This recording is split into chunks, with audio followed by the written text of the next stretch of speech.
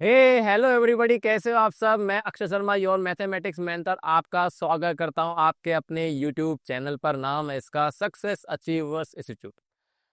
आज मैं लेकर आया हूं आपके लिए बहुत ही बेहतरीन और बहुत ही ज्यादा शानदार important lecture number 3 of the chapter. कौन सा? क्लास 11th का रिलेशन एंड फंक्शन। ठीक है। अभी तक प्रीवियस लेक्चर में मैंने जो पढ़ाया था, आपको बताया था कि फंक्शन क्या होता है। तो फंक्शन मैंने बताया ना, हर सारी की सारी मैथमेटिक्स जो है ना, ऑलमोस्ट उसमें सब कुछ फंक्शन ही फंक्शन के बारे में बात होती रहती है। ठीक है। फंक्शन की वहां पर से हमने डेफिनेशन देखी थी, फंक्शन क्या होता है, फंक्शन एज अ मशीन समझा था, function as a special kind of relation समझा था। आज हम जो पढ़ेंगे यहाँ पर से, आज मैं आपको फंक्शन की दुनिया के अंदर और एक गोते लगाऊंगा। और गोता किस में होगा कि फंक्शन की क्लासिफिकेशन की बात करूंगा। क्लासिफिकेशन की बात होगी यहाँ पर से, लेकिन जो पूरा के पूरा आज का लेक्चर डेडिकेट मैं करने वाला हूँ ना भाई, देखो वो किसके ऊपर होगा। वो हमारा होगा पोलिनोमियल फंक्शन के ऊपर। किसके ऊपर?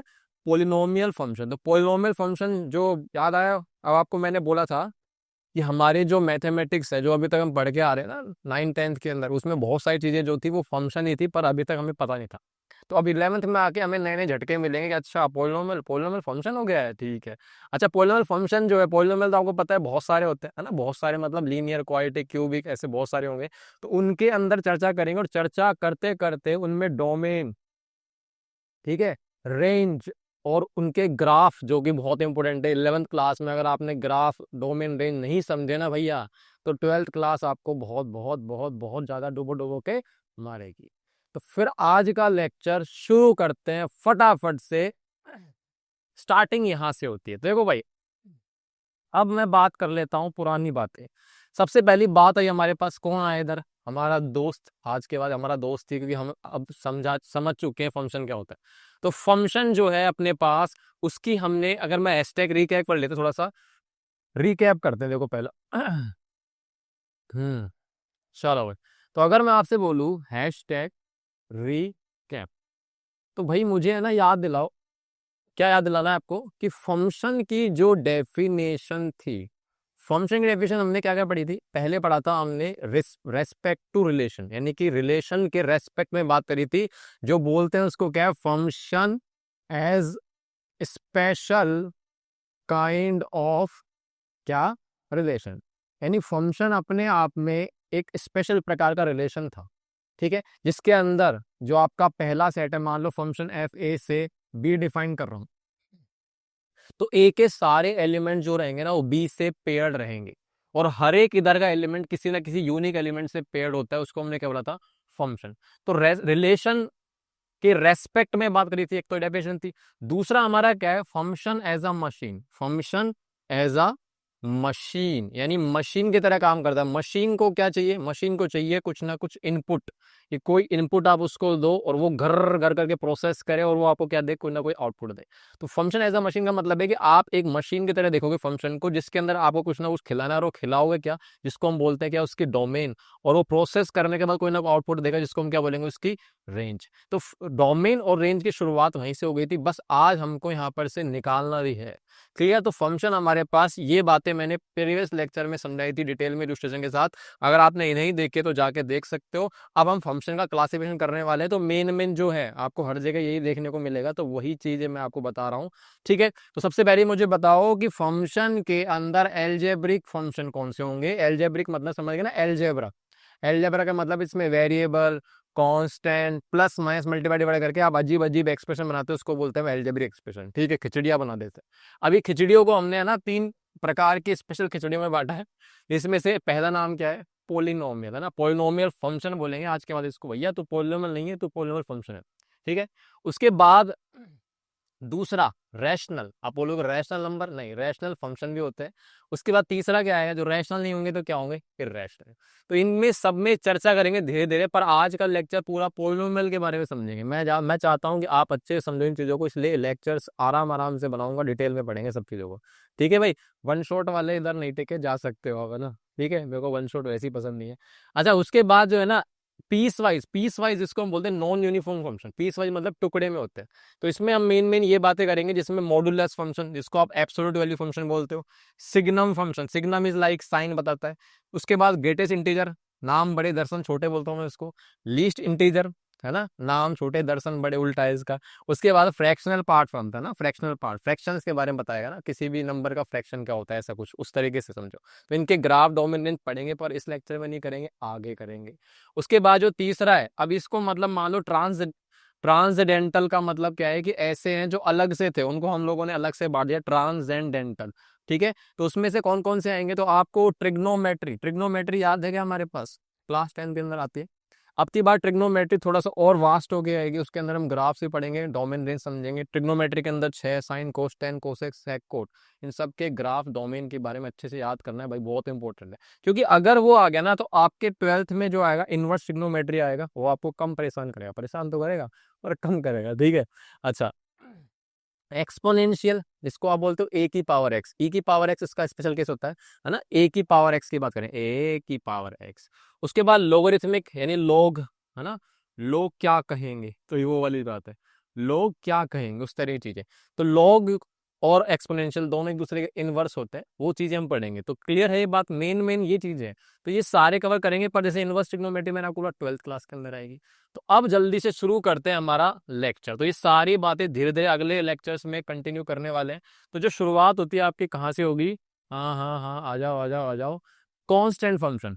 ठीक है, किससे बात कर रहे हैं, कांस्टेंट फंक्शन। अब कांस्टेंट फंक्शन बताओ, क्या नाम से पता चल रहा है कांस्टेंट, है ना। जैसे हमारी जिंदगी है कि बहुत मेहनत कर रहे हैं, कहते हैं ना लोग कि मैं तो बहुत मेहनत कर रहा हूँ, साला कुछ मिलता ही नहीं है। यानी कि आप इसको, ठीक है, यानी आप है ना, आप उसको है ना क्या कर रहे हो, इस फंक्शन को आप बहुत सारे इनपुट दे रहे हो, पर उसका आउटपुट एक ही आ रहा है, कुछ नहीं हो रहा जीवन में।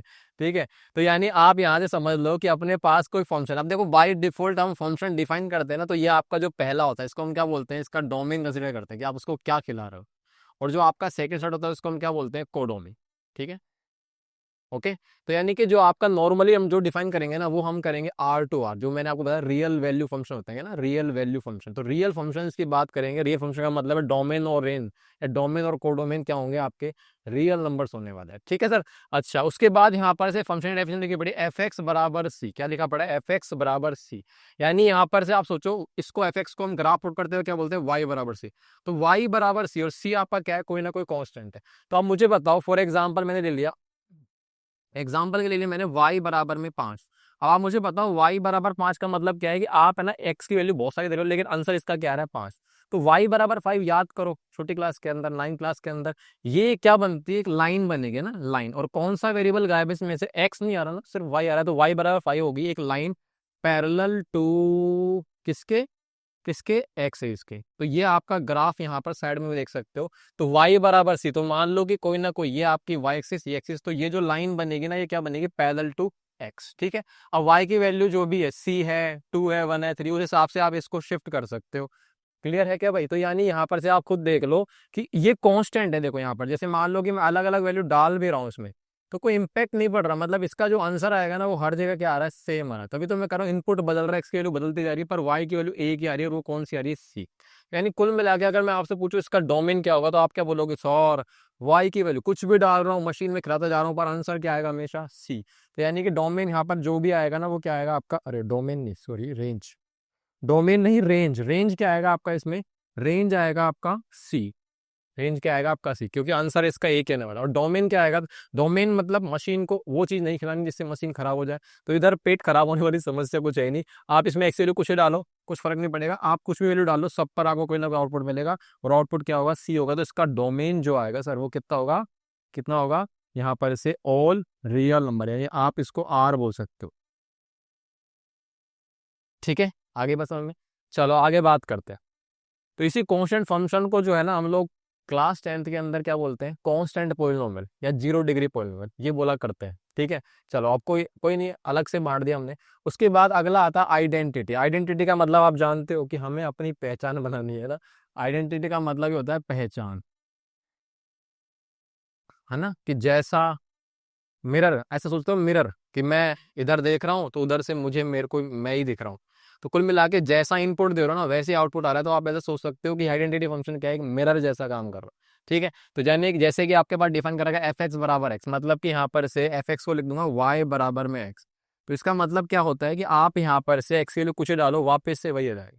एक्स वैल्यू 2 डालो, 3 डालो, कुछ ही डालो, कोई भी रियल नंबर डालोगे वापस से वही जाएगा। तो y बराबर एक्स, अब आप मुझे बताओ y बराबर एक्स बचपन से पढ़ के आ रहे हैं, y बराबर एक्स की लाइन ये रही आपके, तो y बराबर एक्स की लाइन ये रही है आपके पास, ये y बराबर एक्स है। ठीक है, तो आप यहाँ पर से जो भी इनपुट डालोगे ना, जैसे 1 डाला, 2 डाला, ऐसे 3 डाला, तो हर एक आउटपुट पे आपको इनपुट पे वही वैल्यूज मिलेगी, जैसे 1 पर 1, 2 पर 2, 3 पे 3।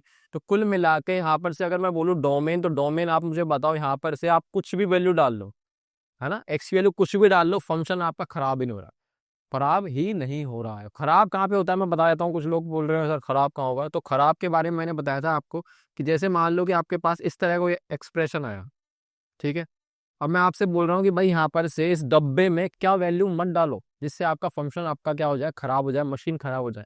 तो आप क्या बोलोगे, अच्छा इधर इधर तो सर नीचे जीरो नहीं डाल सकते, क्योंकि जीरो डालेंगे तो नीचे क्या बन जाएगा, नॉट डिफाइंड। तो आप क्या बोलोगे, इसके अंदर है ना, आप इसके अंदर कोई भी वैल्यू डाल लो, आप कुछ भी डाल दो, बस यहाँ पर से जो भी वैल्यू होगी ना वो जीरो के बराबर नहीं चाहिए। मतलब आप कह सकते हो कि इसका जो डोमेन होगा ना, इसका जो डोमेन होगा वो क्या होगा, आर में से हटा दो क्या, जीरो, मतलब कि all real numbers except zero. तो ऐसे ही है ना, धीरे धीरे धीरे समझेंगे, कुछ आपके पास एक्सप्रेशंस आएंगे, फंक्शंस आएंगे जिसके अंदर आपको वो वैल्यूज मत डालना, तो उसी को हम समझेंगे धीरे धीरे, है ना। तो y बराबर एक्स में कोई दिक्कत नहीं है, आप सब कुछ खिला सकते हो। तो इसका जो डोमेन आएगा वो आपका आर आने वाला है, और रेंज क्या आएगा आपका, तो जो डालूंगा वही मिलेगा। तो आप जब आर डाल रहे हो तो आर ही मिलेगा, तो रेंज भी क्या आएगा इसका, वही आने वाला। आगे मेरी बात समझ में। तो कुल मिला के हम लोग ये समझ गए हैं कि एक्स एक्सिस पर तो आपका डोमेन होता है, क्योंकि वो इनपुट होता है एक्स की वैल्यू, और जो हमारा डिपेंडेंट वेरिएबल होता है, क्योंकि एक्स इंडिपेंडेंट है, उसकी वैल्यू आप डाल रहे हो तो वो डोमेन है, और जो डिपेंड कर रहा है एक्स की वैल्यू पर वो आपका हो जाएगा क्या, उसको बोलते हैं हम रेंज। तो एक्स की वैल्यू कुछ भी डाल रहे हो तो उस पर जो भी आएगा, तो वाई की वैल्यू जो आएगी पूरी तरह से, एक तरह से क्या आ रहा है, पूरा रियल नंबर यूज कर रहा है वाई एक्सिस को, तो इसलिए इसका रेंज क्या हो जाएगा, आर। ठीक है, आगे चले। अब अपने पास जिंदगी में हमारी वापसी आ गई कि भैया ये पोलिनोमियल हमारा साथ छोड़ता करें, है ना, भैया ये पोलिनोमियल साथ क्यों नहीं छोड़ता है। पोलिनोमियल, कुछ याद आया पोलिनोमियल को, तो पोलिनोमियल हमने पढ़ा है, पोलिनोमियल क्या होता है, पोलिनोमियल क्या होता है, पोलिनोमियल्स हमारे पास ये होते हैं एल्जेब्रिक एक्सप्रेशन, है ना, शॉर्ट में लिख रहा हूँ ए। Polynomials are the algebraic expression in which powers exponent index of variable in each term must be क्या होते हैं, होल नंबर। यानी यहाँ पर से जो पावर्स आती है ना, क्या होती है, powers of variables, powers of variables, है ना, in each term, her term के अंदर वो क्या होनी चाहिए, मस्ट बी क्या, होल नंबर। होल नंबर आप समझते हो सर, बिल्कुल आप समझते हो, 0 1 2 3। तो होल नंबर को हमने एक नाम से और जाना था, वो नाम क्या था, उसको बोलते हैं नॉन नेगेटिव इंटीजर्स। तो यानी कि पोलिनोमियल सबसे पहली चीज तो एल्जेब्रिक एक्सप्रेशन फॉर्मेट में होता है। सर वो क्या होता है सर, हमें नहीं पता।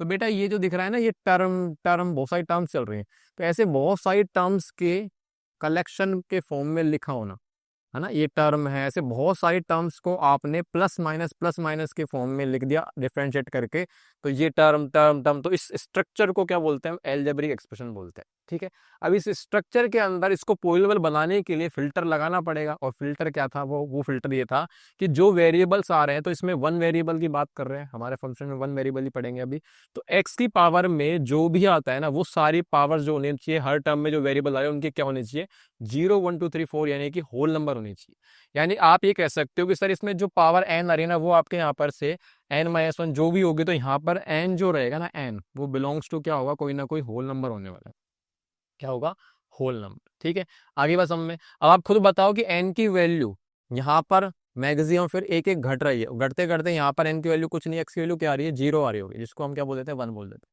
क्लियर। तो कुल मिला के समझ में आ गया कि अच्छा ये चीज थी क्या, तो n की वैल्यू होल नंबर होगी। अब आप मुझे बताओ कि यहाँ पर से n की वैल्यू घट रही है लगातार, है ना, तो सबसे हाईएस्ट यहाँ पर है। तो जो भी आपके पास किसी भी पोलिनोमियल में आपके पास जो हाईएस्ट पावर होती है ना, उसका एक नाम दिया गया, उसको नाम क्या देते हैं हम, डिग्री। क्या नाम देते हैं उसको, डिग्री। यानी डिग्री की डेफिनेशन अगर मैं बताऊं ना, तो वो ये है, हाईएस्ट पावर ऑफ वेरिएबल। ठीक है, in a term, in a term of polynomial. यानी पोलिनोमियल होना जरूरी है, यानी एलजेब्रिक एक्सप्रेशन में लिखा होना चाहिए। उसके बाद जो भी यहाँ पर से टर्म आएगी उसमें वेरिएबल की हाईएस्ट पावर जो होती है ना, उसको हाईएस्ट पावर को हम क्या बोलते हैं, डिग्री। क्लियर है। लेकिन एक बात और बताएगी कि अगर भाई तू डिग्री बनेगा ना, यानी कि यहाँ पर से ये लिखा पड़ा है आपका n डिग्री पॉलिनोमियल, अगर ये कह रहा है कि यहाँ पर से ये जो चीज है, क्या चीज सर, क्या चीज सर, डिग्री अगर इसकी n है, तो ये जो आपको दिख रहा है इसका कोफिशिएंट, जिसको हम कोफिशिएंट बोल रहे हैं, वो आपका an जो है ना 100% कुछ भी हो सकता है, can be any real number. ये सारे कोफिशिएंट जो है ना यहाँ पर, वो कोई भी रियल नंबर हो सकता है, पर यहाँ पर से ये जीरो नहीं होगा। हाईएस्ट डिग्री का कोफिशिएंट जीरो नहीं होना चाहिए। कि तू भाई हाईएस्ट डिग्री बन रहा है ना, तो एक ध्यान रखना, इसको जीरो मत होने देना बस, क्योंकि ये जीरो होते ही ये खत्म हो जाएगा तो इसकी डिग्री कम हो जाएगी। आगे मेरी बात समझ, ठीक है।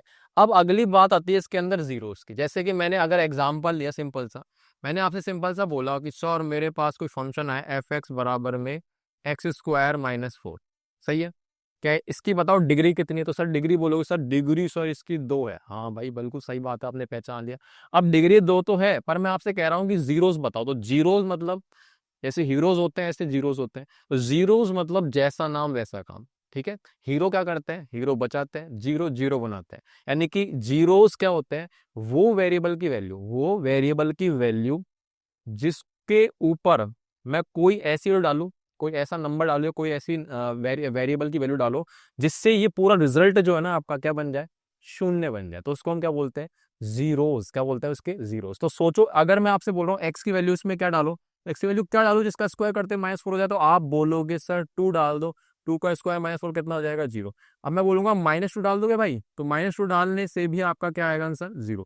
यानी कुल मिला के यहाँ पर से मेरे पास इसके जीरोस क्या होते हैं, the value variable which makes the complete value of this expression equals two zeros को हम क्या बोल देते हैं, जीरोस बोल देते हैं। अब मैं इसको लिख नहीं रहा हूँ इंग्लिश में, ठीक है, बोल दिया मैंने, बहुत है। तो कुल मिला के जीरो समझ में आ गया। अब ये जीरोस और डिग्री का बहुत बढ़िया रिश्ता है, मतलब डिग्री जो है ना और जीरोस का, इनका बहुत अच्छा रिश्ता है। ये कहते हैं कि अच्छा मैं आपसे पूछूं कि भाई मुझे बताओ कि इसकी डिग्री 2 थी, तो इसके जीरोस कितने हो सकते हैं, तो इसके जीरोस मैंने कितने निकाले, 2। तीसरा भी हो सकता है क्या, कि नहीं, स्पेशल कंडीशन में हो सकता है, वैसे नहीं होगा। ठीक है, फिलहाल के लिए मैं बोलूंगा कि डिग्री अगर इसकी 2 है, तो इसका जीरोस भी कितने आए, 2 आए सर। अच्छा अच्छा, मतलब ये है कि मैं ये कहना चाह रहा हूं कि इन दोनों के हिसाब से मैं बोलूँ ना आपको, तो ये बोलूंगा कि हमारे पास जो जीरोस आते हैं ना, वो बराबर होते हैं जितनी उसकी क्या होती है, पोलिनोमियल की डिग्री। हाँ हाँ सर बिल्कुल सही बात है, जितने जीरोस आएंगे ना उतनी उसकी क्या होती है, डिग्री होती है। फिर बोल सकता हूँ जितनी डिग्री उतने क्या होंगे इसके जीरोस। लेकिन एक बात और याद रखना है आपको, 10वीं क्लास में रियल जीरोस भी आते थे, है ना। अब नॉर्मली जीरोस और रियल जीरोस को मैं थोड़ा सा डिफरेंशिएट कर देता हूँ। रियल जीरोस हमारे पास क्या आते हैं, ऐसे रियल नंबर्स, ऐसे रियल नंबर्स जिनको डालते ही एक्सप्रेशन आपका पॉलिनोमियल वो क्या हो जाए, जीरो। तो रियल नंबर डालने के बाद जीरो बन रहा है, तो वो रियल जीरोस हो जाएंगे। ठीक है, तो रियल जीरोस कितने होते हैं, उसको बोलते हैं एटमोस्ट डिग्री के बराबर। यानी कि जितनी डिग्री होगी ना मैक्सिमम उस तक हो सकते हैं। मतलब अगर मैं आपसे बोलूं कि अगर डिग्री 2 थी, तो इसके रियल जीरोस कितने हो सकते हैं, 2 हो सकते हैं, या उससे एक कम, या उससे एक कम, मतलब 0। यानी मैं अगर आपसे पूछ लूं एग्जाम्पल के लिए कि सर वैसे तो समझ में नहीं आया, तो मेरे को एक बात बता भाई, एफ एक्स में एक्स स्क्वायर प्लस में 4 होता, माइनस की जगह क्या होता, 4। तो तुम बताओ कि इसमें एक्स की वैल्यू क्या डालो, कोई रियल नंबर जिससे 0 बन जाए। तो आप खुद देखो यहाँ पर से कोई भी वैल्यू डालोगे उसका स्क्वायर पॉजिटिव होगा, पॉजिटिव में +4 करूंगा तो ये जो वैल्यू है ना, ये हमेशा कोई ना कोई पॉजिटिव आएगी, 0 के बराबर नहीं आने वाली है।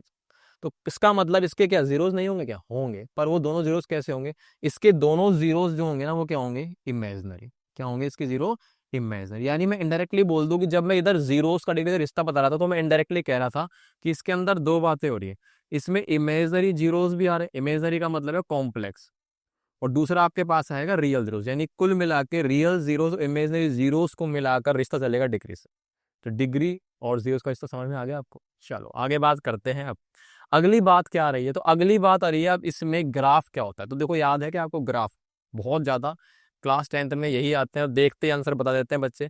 तो मैं आपको याद दिला देता हूँ, हमारे पास जो ग्राफ है ना, सबसे पहले तो इसके ग्राफ की शेप क्या होती है ना, ग्राफ शेप कैसे होती है, जैसे देखते हैं ना, शेप बताओ भैया, शेप। तो इसकी जो शेप होती है उसको हम क्या बोलते हैं, इसकी शेप को बोलते हैं हिल्स एंड वैलीज। क्या बोलते हैं, हिल्स एंड वैलीज। मतलब दिखते कैसे, तो मैं आपको याद दिलाता हूँ, बचपन में हमने पढ़ा है, बचपन मतलब समझ गए ना, 10वीं क्लास। तो मुझे बताओ कुछ ऐसे हुआ करते थे, ऐसे बढ़िया तरीके से एकदम स्मूथली, है ना, पॉलिनोमियल्स स्मूथ कर्व जैसे होते हैं, तो ये स्मूथ कर्व दिख रही है आपको। इस तरह के जो ग्राफ होते हैं ना वो पॉलिनोमियल के होते हैं, तो पॉलिनोमियल के ग्राफ अच्छे होते हैं। देखो आपको बता देता हूँ, इसमें यहाँ पर से आपके पास जो टर्न आ रहा है इस पॉइंट पे, इस पॉइंट पे, इस पॉइंट पे, ये टर्न आ रहे हैं, तो इनको हम क्या बोलते हैं शॉर्ट में टर्निंग पॉइंट, है ना। बहुत सारे नाम होते हैं, टर्निंग पॉइंट, एक्सट्रीम पॉइंट्स, लेकिन अभी के लिए आप याद रखो टर्निंग पॉइंट होता है जहां पर आपका ग्राफ टर्न कर रहा है, उसको हम क्या बोलते हैं टर्निंग पॉइंट। तो कितने टर्निंग पॉइंट दिख रहे हैं इसमें आपको? 3। मेरी बात इतनी क्लियर हो गई सर? अच्छा, उसके बाद और बात बताओ, यानी देखो अब यहाँ पर से शार्प कॉर्नर नहीं आ रहा है, स्मूथ कॉर्नर आ रहा है, कोई शार्प कॉर्नर इसके अंदर नहीं होता, तो मैं ऐसे बोल सकता हूँ इनमें कोई शार्प कॉर्नर नहीं होता, नो शार्प कॉर्नर। ओके, इतनी बात समझ में आ गई। अब उसके बाद याद करो 10वीं क्लास में हमारे पास सवाल देते हैं कि भैया इसके जीरोस कितने होंगे। तो ये ग्राफ भैया कार्टेशियन प्लेन का है। किसका ग्राफ है? कार्टेशियन प्लेन का मतलब है रियल एक्सिस है, रियल नंबर, रियल नंबर, यानी आप ग्राफ पर देखकर सिर्फ रियल नंबर्स के बारे में बता सकते हो। तो कितने रियल जीरोस इसके? तो इसके रियल जीरोस कितने होंगे आप मुझे बताओ, कितने होंगे रियल जीरोस? कितने होने वाले? 1 2 3 4, तो यानी 4 बार कट करें तो 4 रियल जीरोस है। ठीक है, पर बाकी इसके जीरोस के बारे में नहीं बता सकता क्योंकि एक्सप्रेशन नहीं है मेरे पास, लेकिन इसके रियल जीरोस तो 100% 4 है। तो क्यों है? क्योंकि आपको पता है इस जगह पर मान लो आपका कोई फंक्शन है एफ एक्स, कोई भी फंक्शन है, तो y बराबर एफ एक्स बोल दो इसको, y बराबर एफ एक्स है, तो इस पॉइंट पर आपको पता है ना यहाँ पर से क्या है कि हमारे पास एफ एक्स होगा और ये y की वैल्यू क्या बन जाएगी? 0, क्योंकि इस पॉइंट पर आपका ये पॉइंट x है, इसके ऊपर है, तो उसमें x तो होता है और y क्या होता है आपका 0। इसीलिए यहाँ पर हर जगह y 0 होता है, तो y जहाँ पर 0 होगा वहां पर फंक्शन की वैल्यू आपकी 0 हो जाएगी। ठीक है, फंक्शन की वैल्यू जहां पर 0 होगी वो सारे क्या बन जाएंगे? आपके जीरोस बन जाएंगे। और कौन से जीरोस बनेंगे? ग्राफ पर देखकर रियल जीरोस। इतनी बात समझ में आ गई? अच्छा, इसको एक बात और बोल देते हैं, इनको है ना हम यहाँ पर से एक्स इंटरसेप्टर बोलते हैं। जीरोस तो है ही है, या फिर हम इनको क्या बोल देते हैं? X intercept. एक्स इंटरसेप्ट का मतलब समझ गए? यानी जब ग्राफ आपका एक्स एक्सिस को इंटरसेप्ट करके जा रहा है उसको हम क्या बोलते हैं? X intercept. और इस पॉइंट को यहाँ पर से आप देख रहे हो, ये वाला पॉइंट, ये जो पॉइंट है इसको हम क्या बोलते हैं? क्योंकि ये वाई को कट कर दिया जाता है, इसको हम बोलते हैं वाई इंटरसेप्ट। ये सब चीजें आप टेक्निकली हर चीज को समझ के चलो। क्लियर है? ये बात समझ में आ गई आपको? तो ग्राफ ये होते हैं ऐसे बढ़िया बढ़िया तरीके से। क्लियर? चलो आगे बात करते हैं। अगली बात आ रही है, अब अपने पास एक एक करके पढ़ते हैं। तो पॉलिनोमियल के अंदर डिग्री क्या होती है? हाईएस्ट पावर थी। अब डिग्री की वैल्यू क्या होगी? Whole number. डिग्री 0 से स्टार्ट होगा। अब बोलो सर 0 तो लिया ही नहीं आपने, है ना। तो 0 वाला भैया क्या था? कांस्टेंट फंक्शन था, वो कांस्टेंट फंक्शन वही था। अब डिग्री 1 बनेगी तो डिग्री 1 वाले का नाम क्या होता है? आपका लीनियर फंक्शन। तो इसकी जो डिग्री होती है ना, इसकी डिग्री कितनी होती है? इसकी डिग्री होती है अपने पास 1। आराम आराम से समझेंगे, याद दिला के चलूंगा आपको हर चीज। डिग्री 1 आनी ठीक है। उसके बाद अब आप बात करोगे इसकी जनरल फॉर्म की, दिखती कैसी है, दिखता कैसा है एक्चुअली में, दिखती कैसी है ना। जनरल फॉर्म क्या है आपके पास? एफ एक्स बराबर में ए एक्स प्लस बी। और आपके पास ये जो ए है ना, ये कुछ भी हो सकता है, बी कुछ हो सकता है, पर यहाँ पर से एक चीज लिख लेना, ए आपका 0 के बराबर नहीं होगा। क्यों नहीं होगा? मैं आपको फिर से बता रहा हूँ कि डिग्री इसकी हाईएस्ट पावर 1 है, तो इसका कोफिशिएंट ए आपका नॉन जीरो होना चाहिए, बाकी कोई भी हो सकता है। ठीक है, इतनी बात समझ में आ गई। अब आगे बात करते हैं इनके ग्राफ के बारे में, बात करेंगे ना, ग्राफ बनाएंगे इसका ना, इजीली कैसे प्लॉट करेंगे। तो रफली बनाना है अपन को, कोई ऐसा ऐसा नहीं है कि वो ग्राफ में 10वीं क्लास में करते, वो काम नहीं करना सब। ठीक है, तो चलो भाई देखो, इसको मैं ऐसे लिख दूं y बराबर में, क्योंकि ये y होता है तो ये ए एक्स प्लस बी है, ऐसा ऑब्जर्व कर लो। जब आप y बराबर ए एक्स प्लस बी लोगे तो आप है ना इसका ग्राफ को कंपेयर करो ना, इसको आप कंपेयर कर लो। ये लिखा पड़ा है किससे? क्या लिखा पड़ा है? ये लिखा पड़ा है आपका y बराबर में एम एक्स प्लस में सी। आप इसको इससे कंपेयर कर लो। ए एक्स प्लस बी को आप सोचो एम एक्स प्लस सी लिखा पड़ा है ना, तो इसको आप कंपेयर कर सकते हो। आप मुझे बताओ कि आपको याद है इस वाले का, है ना, इस वाले का याद है क्या आपको? नहीं याद है तो 10वीं में वैसे आता कम है, बाकी 11th में तो अलग से चैप्टर आएगा पूरा स्ट्रेट लाइन। तो ये अपने आप में एक लाइन की इक्वेशन है। किसकी इक्वेशन है? इक्वेशन है ऑफ लाइन, है ना। इसको बोलते हैं, कौन सी लाइन होती है? Slope intercept form. क्या बोलते हैं इसको? स्लोप इंटरसेप्ट फॉर्म बोलते हैं सर इसको। क्लियर है? मेरी बात समझ में आ गई? तो यानी कि अब आप इनको कंपेयर करोगे ना, तो आप ये समझ लो कि ये y equal to M X plus y equal to X plus भी एक ही चीज है, और ये अपने आप में एक लाइन की फॉर्म होती है। तो इसका मतलब इसका जो ग्राफ बनेगा ना, ग्राफ, वो ग्राफ कैसा बनेगा? वो आपके पास एक लाइन बनेगी, और लाइन का नाम भी क्या होता है? इसको बोलते हैं ऑब्लिक लाइन। कौन सी लाइन होती है? Oblique line. ऑब्लिक लाइन कौन सी होती है? तो ऑब्लिक लाइन में याद दिला देता हूँ, आपको नहीं याद हो तो। ऑब्लिक लाइन वो लाइन होती है जो किसी भी एक्सिस के पैरेलल नहीं होगी, ना तो एक्स एक्सिस के पैरेलल होती है, ना वाई एक्सिस के पैरेलल होती है। तो यानी कि neither parallel to X axis nor parallel to Y axis. Okay sir, समझ में आ गई इतनी बात? चलो यहां तक तो मेरे को क्लियर हो गई। ठीक है, आगे बात समझ में। अब सर ये तो समझ में आ गया A B M X plus C में रिश्ता होता है, ये एम और सी क्या है ये तो बताओ। तो भाई इसको समझने के लिए आप एक इधर आ जाओ, देखो यहाँ पे समझते हैं इसको। तो मैं आपको बताऊं y equal to M X plus C में जो हमारे पास जो m होता है ना, ये m, इसको हम क्या बोलते हैं, इसको बोलते हैं, एक मिनट इसको यहाँ लिखता हूँ। हमारे पास जो m होता है ना, m को बोलते हैं हम क्या, स्लोप, क्या बोलते हैं इसको, स्लोप, ढलान। स्लोप का मतलब है ढलान। जैसे मान लो कि ये चीज़ है, तो आप आराम से देखो, ये ढलान दिख रही है आपको, यानी कि आप अगर आप यहाँ बैठोगे तो ऐसे पहिया रखोगे, आप फिसल क्या होगा, फिसल पट्टी बोलो, ठीक है, स्लोप है। अगर मान लो कि आप यहाँ से इसको हटा दो तो आप धड़ाम से कूद जाओगे, यानी कि स्लोप ढलान है जो आपको बहुत हेल्प कर रहा है नीचे उतरने के लिए, कुल मिला के चीज़ है, ठीक है। तो लाइन की बात कर रहा हूँ ना, लाइन का स्लोप की बात हो रही है, तो स्लोप ऑफ द लाइन होता है ये एम बराबर, फॉर्मूला क्या होता है, टेन थीटा, क्या होता है, टेन थीटा। कुछ बातें आपको थोड़ी थोड़ी माननी पड़ेगी। अब देखो, और सी क्या होता है, सी होता है आपका intercept on the Y axis. Intercept on Y axis मतलब कहाँ पे कट करके जाए उसकी बात करें, तो इंटरसेप्ट ऑन वाई एक्सिस तो मैंने आपको पीछे समझा दिया। अब ये नई चीज आई है, एम बराबर टेन थीटा क्या होता है। तो देखो मैं आपको ना कुछ बातें बता देता हूँ, जैसे कुछ ग्राफ मैंने ले लिया आपको ना, जैसे मान लो कि बाय डिफॉल्ट मैंने एक दो ग्राफ दे देता हूँ पहले आराम से, ये चीज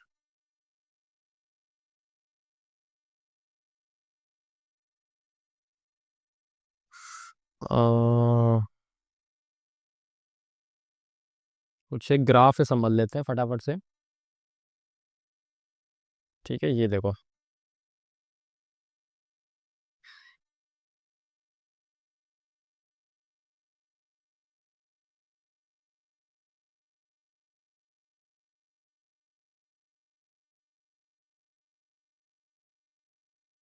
ठीक है, अब देखो ना, ओके। चलो तो मेरे को भाई यहाँ पर से आप बोलोगे थीटा की वैल्यू क्या होगी, तो मैं आपको बताता हूँ, बेसिक सेंस लगाओ। ये थीटा जो होता है ना, थीटा, ये थीटा जो होता है ना, थीटा ये आपका क्या होता है, एंगल। मैं यहाँ पे बताता हूँ, थीटा जो होता है ना हमारा, ये क्या होता है, angle made by line, made by line with positive x axis. Clear है मेरी बात, यानी कौन सा एंगल है सर, देखो भाई, आपके पास ये जो लाइन है ना, इसका एंगल आपको सिर्फ देखना है किससे, एक्स एक्सिस के साथ। कौन सी एक्सिस है, एक्स एक्सिस, ये वाली। तो ये जो लाइन आपको दिख रही है ना, ये इसके दो पार्ट कर लो, एक तो ये वाला पार्ट होगा एक्सिस का और एक ये वाला होगा, तो एक्सिस इधर वाली पॉजिटिव बनेगी, तो इसके साथ जो एंगल बन रहा है ना विद पॉजिटिव है ना, ऐसे वाला एंटी क्लॉकवाइज है ना, याद रखना कौन सा एंगल है, एंटी क्लॉकवाइज बनेगा, एंटी क्लॉकवाइज, ये टेक्निकली डेफिनेशन है, ध्यान रखना। तो एंटी क्लॉकवाइज बनेगा एंगल, यानी कि इस तरीके से मेजर करोगे तो इधर भी बना दूं मैं ऐसा, ये वाला एंगल बन गया है ना, इधर बनाऊंगा तो इधर आपका बनेगा क्या, यहाँ से ये बनेगा इधर वाला, ठीक है। बाकी बता दूं आपको ना, देखो एक्सिस के साथ बनेगा एंगल कितना, इसमें अभी ऑब्जर्व नहीं कर पा रहे हो आप, अभी करोगे, इसमें आप कितना बना रहे हो, ये वाला एंगल बनेगा, ठीक है, ओके। इसमें आप कितना एंगल बनाओगे, देखो ये जो लाइन है ना, ये है पैरेलल टू एक्सिस, और पैरेलल लाइंस के बीच में कितना एंगल बनता है, तो एक तरह से ये जो एंगल है ना, इसके साथ आप नीचे लेके आओगे तो ऑब्जर्व करोगे तो इसके एंगल जो भी बनेगा ना, इसमें थीटा की वैल्यू कितनी रहेगी, 0 डिग्री, ठीक है। दिखने में मत जाना, ओके। यानी कि यहाँ पर से जब लाइंस पैरेलल होती है तो उनके बीच में एंगल कितना होता है, 0 डिग्री होता है। जैसे जैसे आप इसको शिफ्ट करोगे तो एंगल आपका क्या हो जाएगा, लाइन के साथ चेंज हो जाता है। क्लियर है मेरी बात, समझ में आ गई। तो यानी यहाँ पर से ये चार सिनेरियो बन रहे हैं, अब अपने पास जो भी बनेगा यहाँ पर से उसके हिसाब से ऑब्जर्व कर लेते हैं, ठीक है। तो यानी कि यहाँ पर से लाइन जो होती है ना हमारे पास, उसके यहाँ पर से इतने ही अरेंजमेंट बनेंगे। तो लाइन आपके पास देखो पहले लेटी पड़ी है, तो इसका एंगल कितना, 0 डिग्री। उसके बाद लाइन का एंगल जो हो जाएगा ना, वो रहेगा 0 से 90 के बीच में, है ना। उसके बाद ये 90 डिग्री पे आ गया, उसके बाद अगला हो जाएगा ये एंगल क्या होगा, 90 से बड़ा पर 180 से छोटा। उसके बाद फिर से ऐसे घूम के आएंगे तो 180 डिग्री बोलूँ या इसको मैं बोलूँ 0 डिग्री, यानी फिर से वही सिचुएशन स्टार्ट हो जाएगी कुल मिला के कहानी। तो आपका जो थीटा है ना, थीटा, ये जो थीटा दिख रहा है आपको, ये थीटा की वैल्यू आप समझ लो कि थीटा की वैल्यू करेगी हमारे पास 0 डिग्री से लेकर कहाँ तक जाएगी, 180 डिग्री तक, ठीक है। अब 180 डिग्री 0 डिग्री एक ही बात होती है। तो उस हिसाब से अगर आप ऑब्जर्व करोगे तो आपका जो टेन है ना, टेन, ये टेन का जो एंगल बनेगा ये कहाँ कहाँ जाएगा। तो आपको मैं बताता हूँ कि जो टेन है ना वो आपका कहाँ कहाँ जाएगा, तो खुद सोचो भाई। इसमें जो क्वाड्रेंट्स दिख रहे हैं आपको, क्वाड्रेंट दिख रहे हैं आपको, तो क्वाड्रेंट्स हमारे पास मेनली दो यूज होने वाला है ना। तो यानी कि अगर मैं आपसे बोलूँ कि 0 डिग्री पे टेन कितना होता है, तो आप बोलोगे 0 होता है ना। उसके बाद 0 से देखो मैं यहाँ पे बोलता हूँ, यहाँ पर आपका जो थीटा है ना, ये आपका किसके अंदर है, ये आपका चल रहा है 0 डिग्री से बड़ा, है ना, और कहाँ तक जा रहा है आपका, 9 डिग्री से छोटा। उसके बाद इधर आपका दिख रहा है थीटा की वैल्यू आपके पास 90 से बड़ी चल रही है, और कहाँ तक जा रहा हूँ मैं, 180 से आपकी छोटी रहेगी। उसके बाद थीटा 0 हो गया, थीटा 90 हो गया। तो ये चीज़ है। तो आप मुझे बताओ कि यहाँ पर से थीटा की वैल्यू जो भी है ना, ये कौन से क्वाड्रेंट में, 0 से 90 डिग्री के बीच में, मतलब ये कौन सा क्वाड्रेंट है सर, ये आपका फर्स्ट क्वाड्रेंट है, ठीक है। यहाँ पर से कौन सा क्वाड्रेंट आ रहा है, सेकंड क्वाड्रेंट आ गया, ठीक। उसके बाद यहाँ पर से आपको पता है 0 डिग्री पर तो वैल्यू ऐसे पता है एम की वैल्यू कितनी आएगी, तो आप बोलोगे टेन जीरो कितना होगा, जीरो, तो एम जीरो हो गया। और यहाँ पर से आपने बोलोगे टेन 90 डिग्री कितना होता है, आपको पता है नॉट डिफाइन है यानी एन डी। क्योंकि आप खुद ऑब्जर्व कर लो कि आपसे कोई कह रहा है कि भाई ये स्लोप है, मतलब ये फिसल पट्टी इस पे आ जा, तो फिसल पट्टी पे यहाँ बैठोगे तो क्या फिसल के आओगे या धड़ाम से गिरोगे, यानी स्लोप ही नहीं है, ढलान नहीं है इधर, इसलिए बोलते हैं कि एम बराबर टेन 90 डिग्री पर आपका स्लोप क्या हो जाएगा, नॉट डिफाइन। ठीक है, तो यहाँ पर से एक लाइन पैरेलल टू एक्सिस का स्लोप होता ही नहीं है। ओके।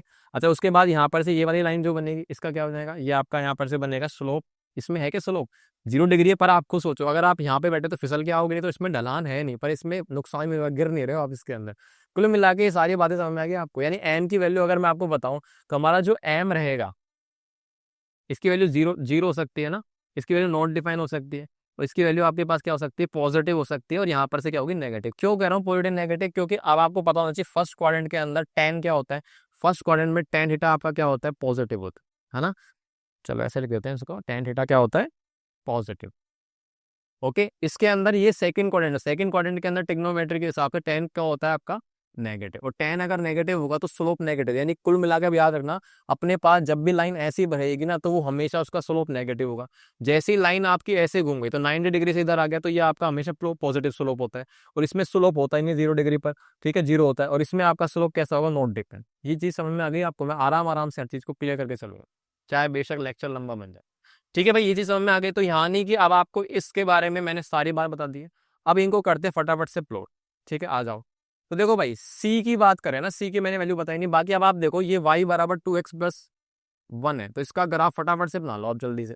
तो पहली चीज तो आप देखो कि यहाँ पर से m क्या है, 2, और m की वैल्यू 2 मतलब पॉजिटिव है, तो मतलब लाइन का झुकाव जो रहेगा ना वो ऐसा रहेगा, ऐसा नहीं रहेगा। ठीक है, उसके बाद लाइन पास कहाँ से होगी, तो लाइन कहाँ से पास हो रही है, तो पास होगी ये वाली जो सी की वैल्यू 1 है, तो सी की वैल्यू 1 का मतलब है कि जो आपके यहाँ पर से ये लाइन रहेगी तो टेढ़ी, लेकिन वो किस जगह ऊपर नीचे शिफ्ट कहाँ पे होगी, तो आप ये बताओ कहाँ पे होगी, तो सी की वैल्यू 1 मतलब, सी की वैल्यू 1 मतलब यहाँ पर से ये intercept on the Y axis है, मतलब वाई एक्सिस में 1 पे कट करके जाएगी, तो मान लेते हैं थोड़ी देर के लिए ये आपका 1 है ना, ये क्या है आपका पास 1। तो अब आप मुझे बताओ लाइन ऐसे जाएगी कि ऐसे जाएगी, ठीक है, तो एक यूनिक पॉइंट मिल गया, लेकिन वो ऐसे नहीं जाएगी, ऐसे जाएगी, तो मैं रफली बना देता हूँ।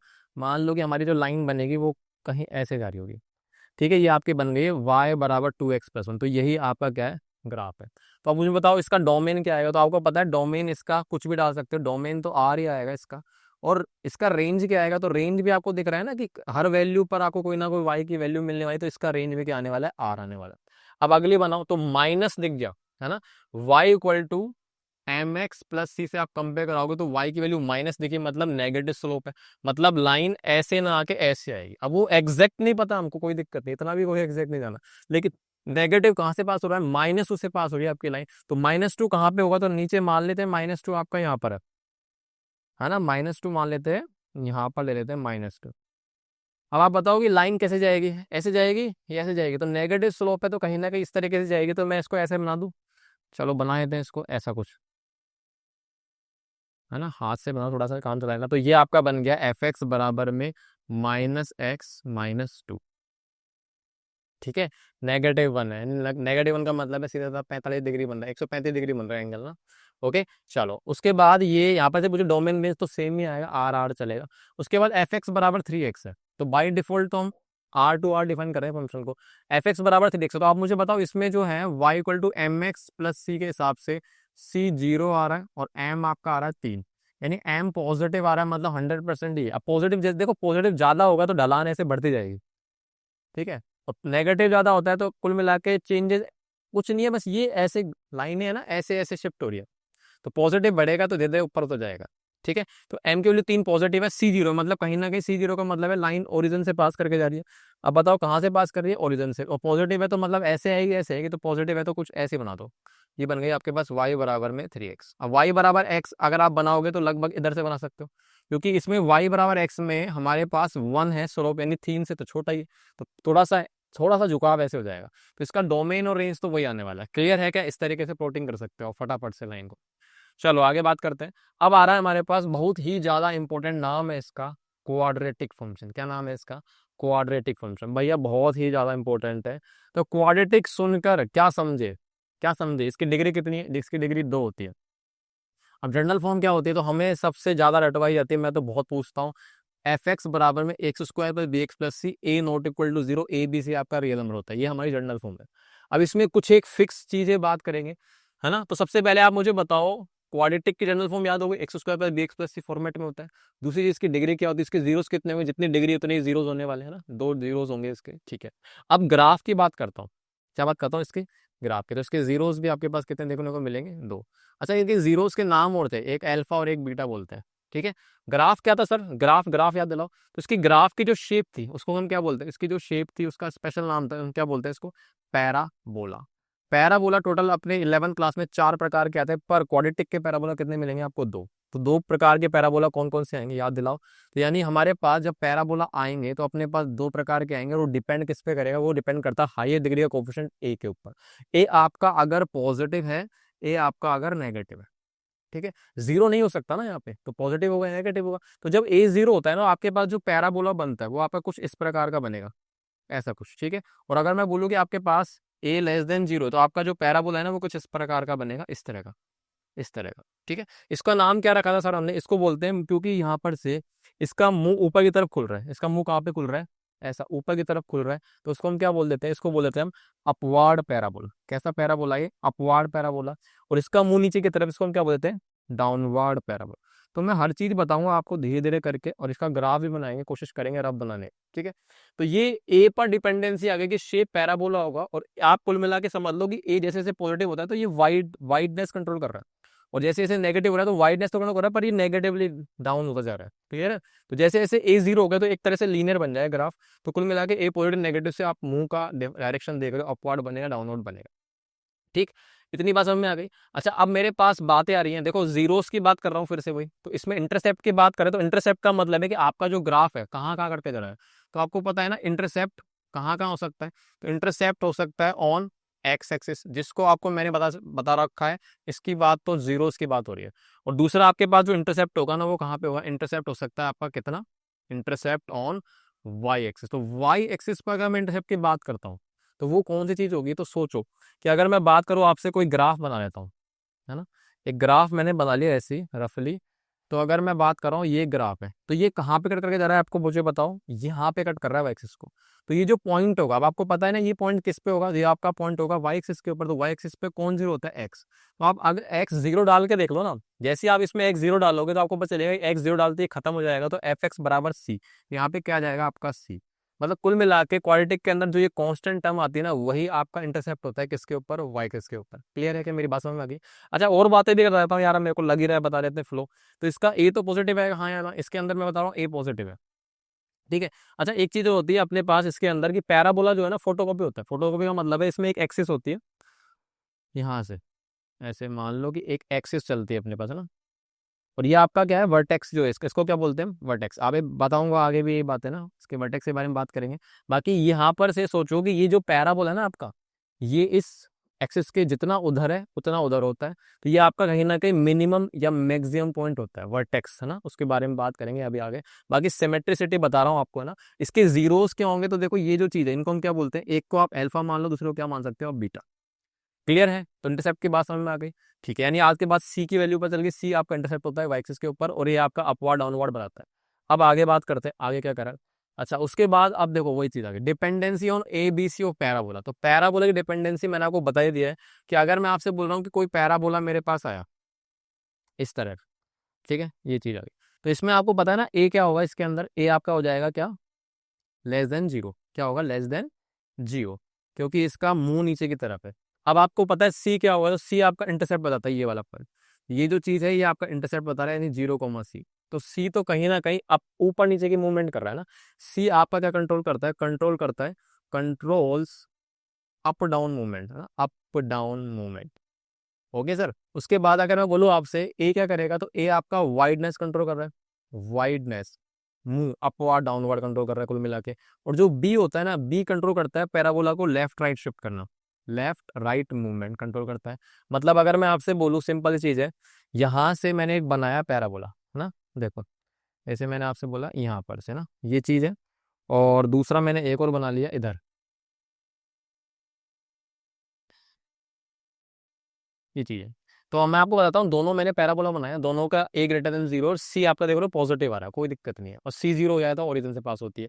चलो अब यहाँ पर से ना मैं आपको बताता हूँ, देखो क्या होता है, टेंजेंट की बात कर रहा हूँ ना, टेंजेंट जिस पॉइंट पे इंटरसेप्ट करके गया ना आपका पैराबोला, किस पे करके गया, इस पे। तो इन पॉइंट पे अगर आप टेंजेंट ड्रॉ कर दोगे, तो टेंजेंट अगर मैं एक लाइन होती है इस तरह का, एक टेंजेंट बना दिया मैंने, तो टेंजेंट का स्लोप देख लो, आपको पता है ना लाइन का स्लोप, मैंने अभी बताया आपको, तो लाइन अगर इस तरह के है, तो इसमें स्लोप क्या है आपका, पॉजिटिव या नेगेटिव, तो इस तरह की लाइन है तो स्लोप आपका क्या आ रहा है इसमें, नेगेटिव। स्लोप क्या आ रहा है आपका, नेगेटिव। किस पॉइंट पे, एट जहां पर आपका पैराबोला इंटरसेप्ट करके जा रहा है किसको, वो एक्सिस को, तो ये स्लोप नेगेटिव आ रहा है ना, तो ये बेसिकली बी की वैल्यू क्या बता रहा है आपको, बी वही बता रहा है कि बी नेगेटिव होगा, क्या होगा, बी नेगेटिव। अगर मैं यहाँ पर जाऊंगा तो आप मुझे बताओ, इसमें जो टेंजेंट बनेगी ना, वो आपके पास क्या बनेगी, वो आपके बनेगी यहाँ पर इस पॉइंट पे, तो इस पॉइंट पे आप टेंजेंट बनाओगे तो कुछ ऐसे जाएगी, ठीक है। और यहाँ पर से लाइन ऐसे बनी, तो इसमें मुझे बताओ स्लोप क्या होता है, इसमें स्लोप है नेगेटिव या पॉजिटिव, पॉजिटिव आएगा, और इसका मतलब बी की वैल्यू क्या होगी, ये पॉजिटिव। कुल मिलाकर आप ये चीज देख लो कि जैसे जैसे आप इस पैराबोला को इधर शिफ्ट करोगे ना धीरे धीरे, तो जैसे जैसे आप इधर शिफ्ट करते जाओगे तो पैराबोला की जो ये टेंजेंट का स्लोप है ना चेंज होता जाएगा। तो कहीं ना कहीं लेफ्ट राइट मूवमेंट को एक कन्वर्ट करा है, इसके ऊपर मैंने एक रिव्यू बना रखी है, और अच्छे से आपको देखना चाहो तो देख सकते हो, जाके मिल जाएगी प्ले लिस्ट के अंदर ही, ठीक है। तो कुल मिला के बी आपका लेफ्ट हैंड मूवमेंट शिफ्ट करता है कि भाई कहाँ पर है इसका पैराबोला, इधर है तो टेंजेंट आपका नेगेटिव बनाएगा स्लोप, और इधर है तो क्या बनाएगा, पॉजिटिव। ये डिपेंडेंसी होती है। क्लियर है मेरी बात समझ में आ गई। चलो अभी ग्राफ बना के भी देखेंगे, फिलहाल आगे बात करते हैं और क्या कीवर्ड्स आएंगे। डिस्क्रीमेंट क्या होता है, तो डिस्क्रीमेंट की बताओ क्या होता है। डिस्क्रीमेंट का फॉर्मूला याद है आपको, डी बराबर में था बी स्क्वायर माइनस 4 सर याद दिलाओ मेरे को एक और बात, इसका रोल क्या था ग्राफ के ऊपर, तो इसका रोल क्या था कि ये आपको बताता है, मतलब मान लो कि मैंने आपको बताया यहाँ पर से डी की वैल्यू क्या क्या होती है, तो याद दिलाओ भैया, डिस्क्रिमिनेंट की वैल्यू क्या होती थी, डी आपका पॉजिटिव होता है, डी आपका 0 के बराबर होता है, डी आपका क्या होता है, लेस देन 0। तो डी अगर पॉजिटिव था तो उस दौरान हमने क्या बोला था, हमने बोला था रियल एंड डिस्टिंक्ट रूट होते हैं। डी अगर 0 है तो रियल एंड इक्वल रूट्स होते हैं, और डी लेस देन 0 तो हम बोलते थे नो रियल रूट्स है। तो इनका ग्राफिकल इंपैक्ट ये है कि आपका जो है ना, यहाँ पर से देखो मैं बताऊँ, जैसे मान लो ये अपने पास कोई ग्राफ है इस तरह का पैराबोला है, और मैं दूसरा बना दूं यहाँ पर से डी बराबर 0, मतलब कुछ ऐसा बना देता हूँ, देखो ये इस तरह का। और तीसरा मैं बना देता हूँ कि जब आपके पास पैराबोला जो भी है ऐसे हवा में, ठीक है, तो आप मुझे बताओ कि टेक्निकली अगर मैं देखूँ तो डी ग्रेटर देन 0 तो हम बोलते हैं रियल एंड डिस्टिंक्ट रूट बोलते हैं, क्या बोलते हैं, रियल एंड डिस्टिंक्ट रूट्स, यही बोलते थे सर। ओके सही बात है सर, बिल्कुल। इसमें क्या बोलते थे, real and equal roots, real and equal roots. और इसमें हमने क्या बोला था, नो रियल रूट्स, ठीक है। क्यों नहीं बोल रहे हैं इनमें, क्योंकि आपको मैंने अभी बताया था कि रूट्स एक्सिस को कट करेंगे तब मिलेगा आपको रियल। तो यहाँ पर से कट ही नहीं कर रहा है, यहाँ पर एक बार टच करके जा रहा है, तो एक बार बोलते हैं रियल एंड इक्वल, मतलब दोनों रूट्स की वैल्यू सेम आती है। एक्स की वैल्यू 2 है तो इधर 2 ही आएगी दोनों में। इधर आपके पास 2 बार कट कर रहा है यहाँ पर से, तो इसका मतलब 2 बार कट कर रहा है तो रियल एंड डिस्टिंक्ट रूट होता है, तो वहां पर डी आपका पॉजिटिव, मतलब डी पॉजिटिव है ना, तो आपका जो ग्राफ है ना, आपका जो ग्राफ है 2 बार कट करेगा। अगर डी आपका 0 तो वो टच करके निकल जाएगा, टच करके रिफ्लेक्ट करके वापस से जहां से आया वहीं चल जाएगा। और जब आपका डी लेस देन 0 तो वहां पे नो रियल रूट्स होते हैं। सर याद रखना इस चीज को, बहुत इंपॉर्टेंट है। क्लियर। चलो अब वर्टेक्स क्या होता है, तो वर्टेक्स क्या था मैंने आपको बताया अभी, कि अपने पास मान लेते हैं कोई ग्राफ ले लेते हैं दो, ठीक है, इस तरह के ग्राफ मैंने बना लेते हैं। एक मान लो ये बना दिया मैंने ऐसा इधर इस तरह का, और एक मैंने ऐसा बना दिया ये वाला। तो आप मुझे बताओ दोनों के अंदर से एक काम करते हैं, एक थोड़ा सा डाउनवर्ड ले लेते हैं, है ना, बहुत देर से अपवर्ड अपवर्ड खेल रहे ये चीज। तो अगर मैं आपसे बोलूँ ना कि पैराबोला का मिनिमम और मैक्सिमम पॉइंट कहाँ पर आ रहा है, तो ये चीज ध्यान रखना, ये एरो है, मतलब ये एंडलेस है, बढ़ते जाते हैं और घटते जाते हैं, मतलब खत्म ही नहीं हो रहे। ऐसा मान लो लाइन को आपने बेंड कर दिया, ऐसा सोचो। अब आप ये चीज समझो कि इधर से ये जो चीज दिख रही है आपको, ये वाले पॉइंट ध्यान से देखना है इसको, ये वाले जो पॉइंट दिख रहे हैं आपको, इन्हीं को मैं क्या बोल रहा हूँ, ये आपके पास वर्टेक्स, क्या है, वर्टेक्स, वर्टेक्स, ये भी क्या आपके पास वर्टेक्स। यानी अगर मैं आपसे बोलूँ कि यहाँ पर से ये जो पॉइंट है ना, ये आपका मिनिमम पॉइंट है, यहाँ पर आपको दिख रहा है ये मिनिमम पॉइंट आ रहा है, क्या हो रहा है, ये मिनिमम पॉइंट। और यहाँ पर अगर मैं आपसे बोलूँ तो ये आपका मैक्सिमम पॉइंट है, किसके ऊपर, पैराबोला के ऊपर, क्योंकि इससे ऊपर सारे पॉइंट्स उसके ऊपर है। तो यहाँ पर से ये पॉइंट आपका मैक्सिमम, बाकी सारे पॉइंट इससे नीचे आ रहे हैं। तो अब आप ये चीज समझो कि ये जो वर्टेक्स है ना, वर्टेक्स एक या तो मिनिमम होता है मैक्सिमम होता है, डिपेंड किस पे करेगा। तो आप मुझे बताओ इसके अंदर ए जो आ रहा है, ए आपका क्या आ रहा है, पॉजिटिव, और इसमें ए क्या आ रहा है, नेगेटिव। यानी कुल मिला के समझ लो कि जब ए पॉजिटिव होता है ना, तो आपका यहाँ पर से मिनिमम पॉइंट आता है, और अगर a लेस देन 0 होगा तो उसमें क्या आएगा, आपका मैक्सिमम पॉइंट होगा और मिनिमम वैल्यू एग्जिस्ट नहीं करते। इसमें आप देख लो ना, इसकी मैक्सिमम वैल्यू कितनी है, तो आप क्या बोलोगे, मैक्सिमम वैल्यू इसमें एग्जिस्ट ही नहीं कर रही, नॉट एग्जिस्ट मतलब एनी। इसमें आपका मिनिमम एग्जिस्ट नहीं करेगा, मिनिमम इसमें नॉट एग्जिस्ट, मतलब कुल मिला के समझ लो कि मैक्सिमम इन्फिनिटी पे पहुंच रहा है ना, मैक्सिमम इन्फिनिटी जा रहा है, क्योंकि वाई की वैल्यू लगातार बढ़ती जा रही है। और मिनिमम क्या आएगा, तो मिनिमम यहाँ पर से जा रहा है नीचे, तो मैं बोलूंगा माइनस इन्फिनिटी, मतलब नीचे की तरफ एंडलेस है, पता नहीं कितनी है, मुझे भी नहीं पता। क्लियर। तो ग्राफ को ऑब्जर्व करना है, तो ऊपर बढ़ता ही जा रहा है तो पॉजिटिव इन्फिनिटी, नेगेटिव आएगा नीचे जा रहा है, तो क्लियर है। चलो, तो वर्टेक्स जो इसका कोऑर्डिनेट याद कर लो भैया, क्या याद था, याद है क्या आपको। तो इस वर्टेक्स से कोऑर्डिनेट जो थे ना वो एक ही थे, चाहे इसमें यूज करूँ चाहे इसमें यूज करूँ, वो था -b/2a, -d/4a। बहुत काम आएगा, ये कोऑर्डिनेट है, ठीक है, क्या है, वर्टेक्स का कोऑर्डिनेट। ये आपको मैक्सिमम मिनिमम निकालने में काम आता है, 10वीं क्लास में भी आजकल काम आने लग गया। ये चीज ध्यान रखना, वर्टेक्स का कोऑर्डिनेट क्या होता है, -b/2a, -d/4a। ये x की वैल्यू और ये आपके पास क्या है, y की वैल्यू। आगे मेरी बात सामने। तो कुल मिला के अगर मैं आपसे बोलूँ कि भाई इसमें जो कोऑर्डिनेट आ रहे हैं ना, उस हिसाब से आपकी जो मिनिमम वैल्यू आएगी, है ना, यहाँ पर से क्या आएगी आपकी मिनिमम वैल्यू। तो ये आपकी मिनिमम वैल्यू जो है ना, ये y बराबर कितने पे देगा आपका, -d/4।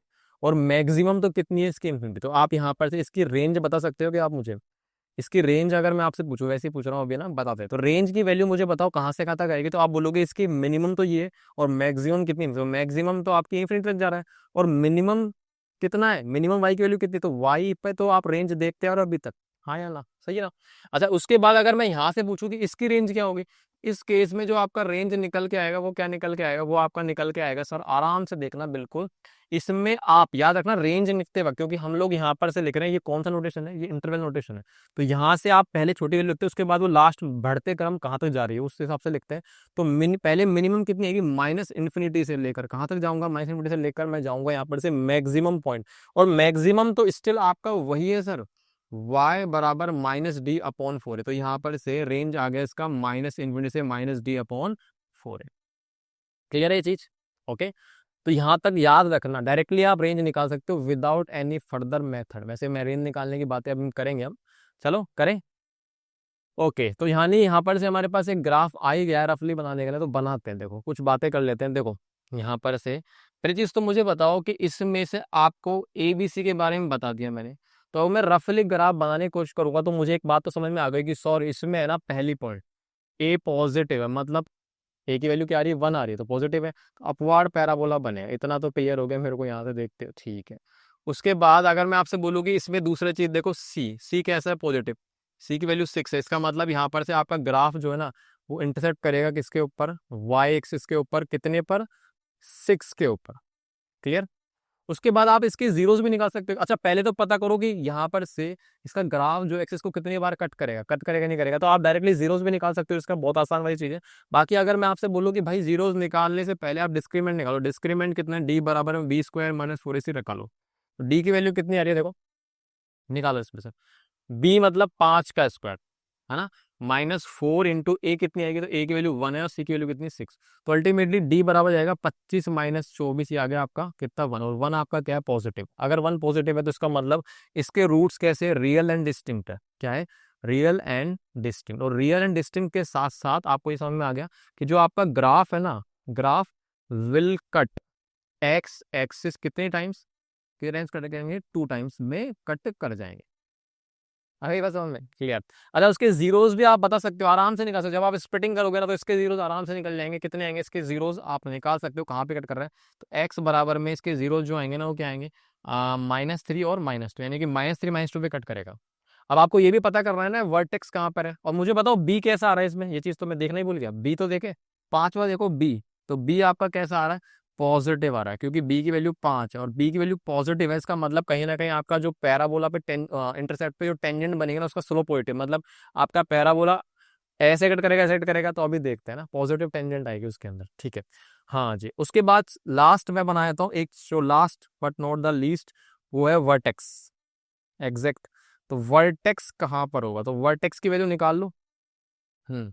-b/2 है ना, अपना वर्टेक्स क्या था, -b/2a, -d/4 है। तो भाई बता दो जल्दी से क्या आएगा वैल्यू फटाफट से, -b, तो यहाँ पर से माइनस का 5/2, तो -5/2 आएगा, ओके सही है। अच्छा उसके बाद माइनस डी, तो डी की वैल्यू कितनी 1 है, तो -1 और अपॉन में 4 × है, तो ए की वैल्यू 1 आ रही है, तो 4 -1/4। यानी कुल मिला के अगर मैं रफली बनाने की कोशिश करता हूँ ना, एग्जैक्ट तो बनेगा नहीं। ये मैंने मान लो कि बना दिया ऐसा कुछ इस तरह का। अब आपको ये चीज़ समझनी है कि कहाँ से क्या चीज़ें पास हो रही है। देखो सबसे पहली चीज़ तो ए पॉजिटिव मतलब अपवार्ड बनेगा। C6 है मतलब अपना कहीं ना कहीं पैराबोला जो यहाँ से पास करा दो 6 पे ना, यहाँ पे मान लेता हूँ 6 वैल्यू है। 6 है, ठीक है।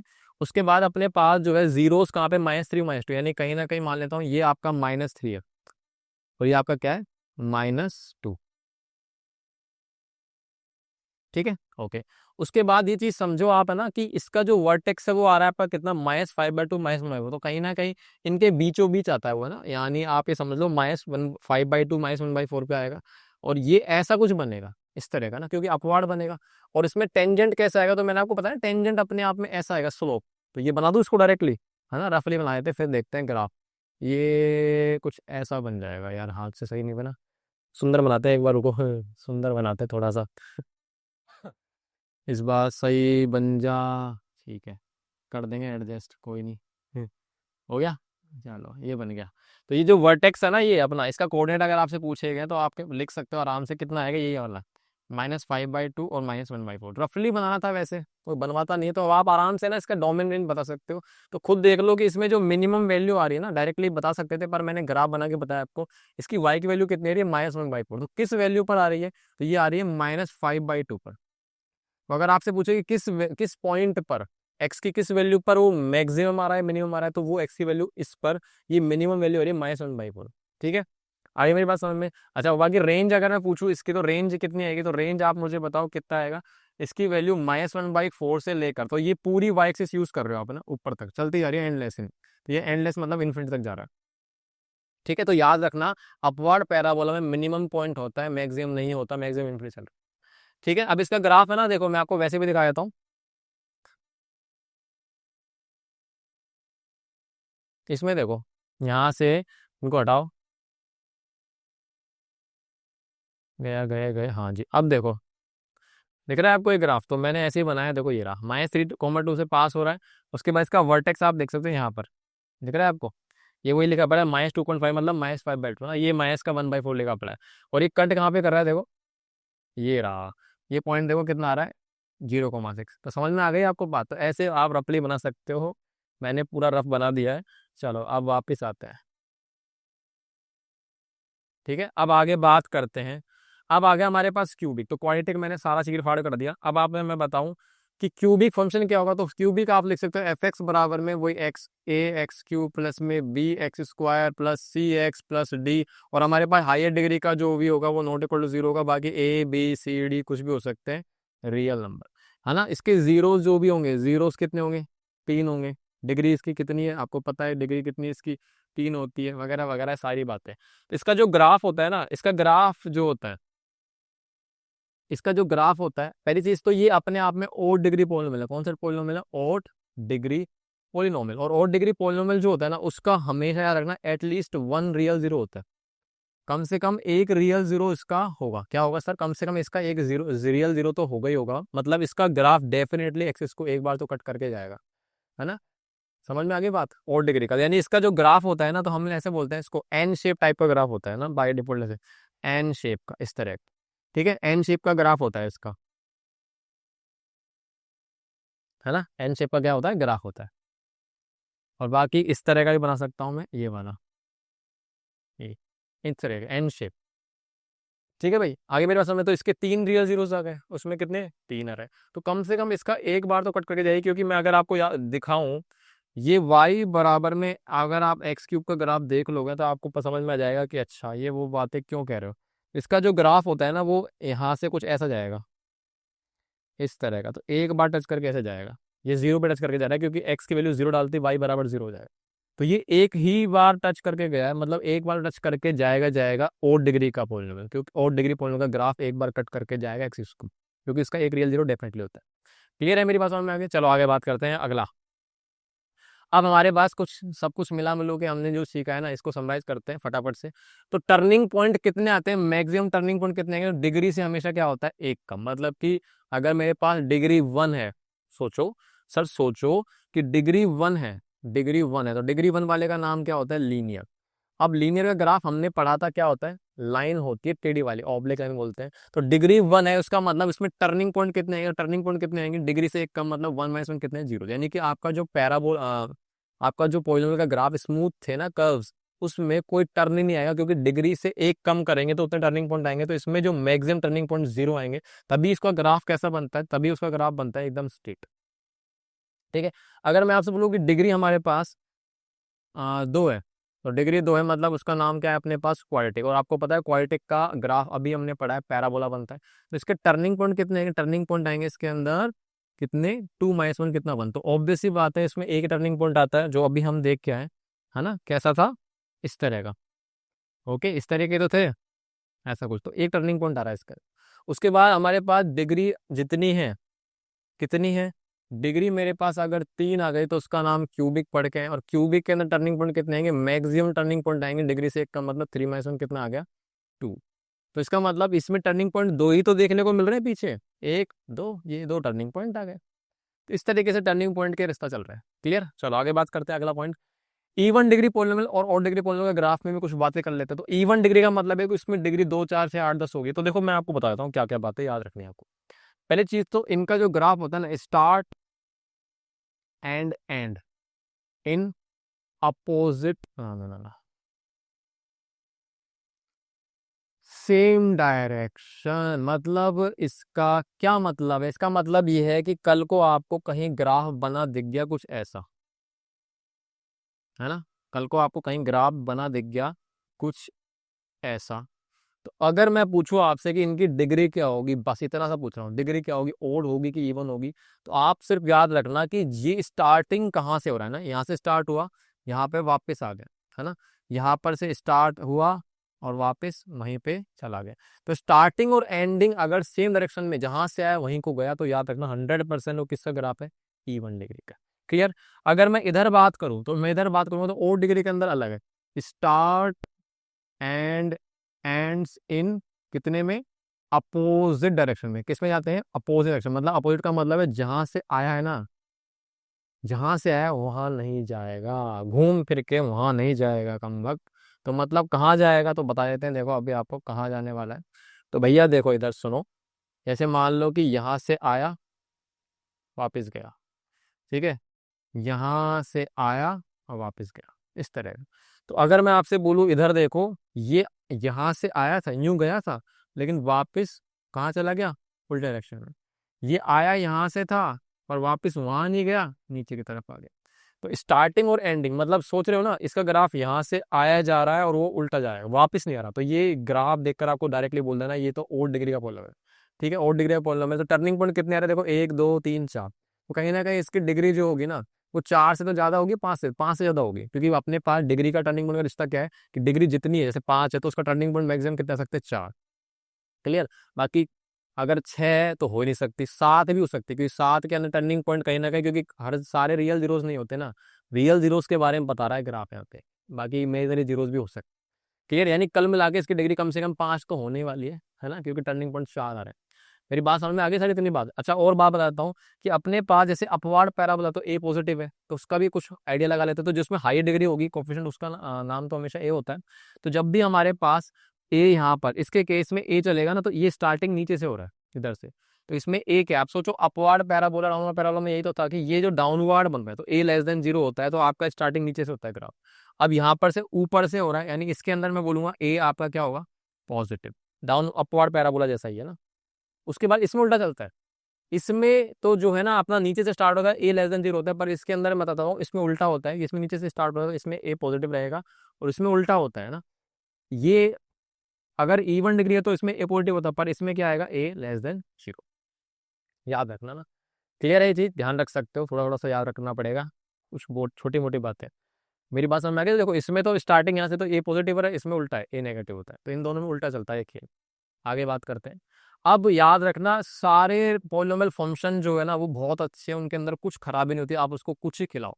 तो कुछ ही का मतलब है कि जो गिवन दे वो तो अलग बात है, बाकी आप मोस्ट ऑफ द क्या खिला सकते हो, जितना भी भंडारा है आपके पास रियल नंबर सारे खिला दो, कोई दिक्कत नहीं है, उसका पेट खराब नहीं होता है। ठीक।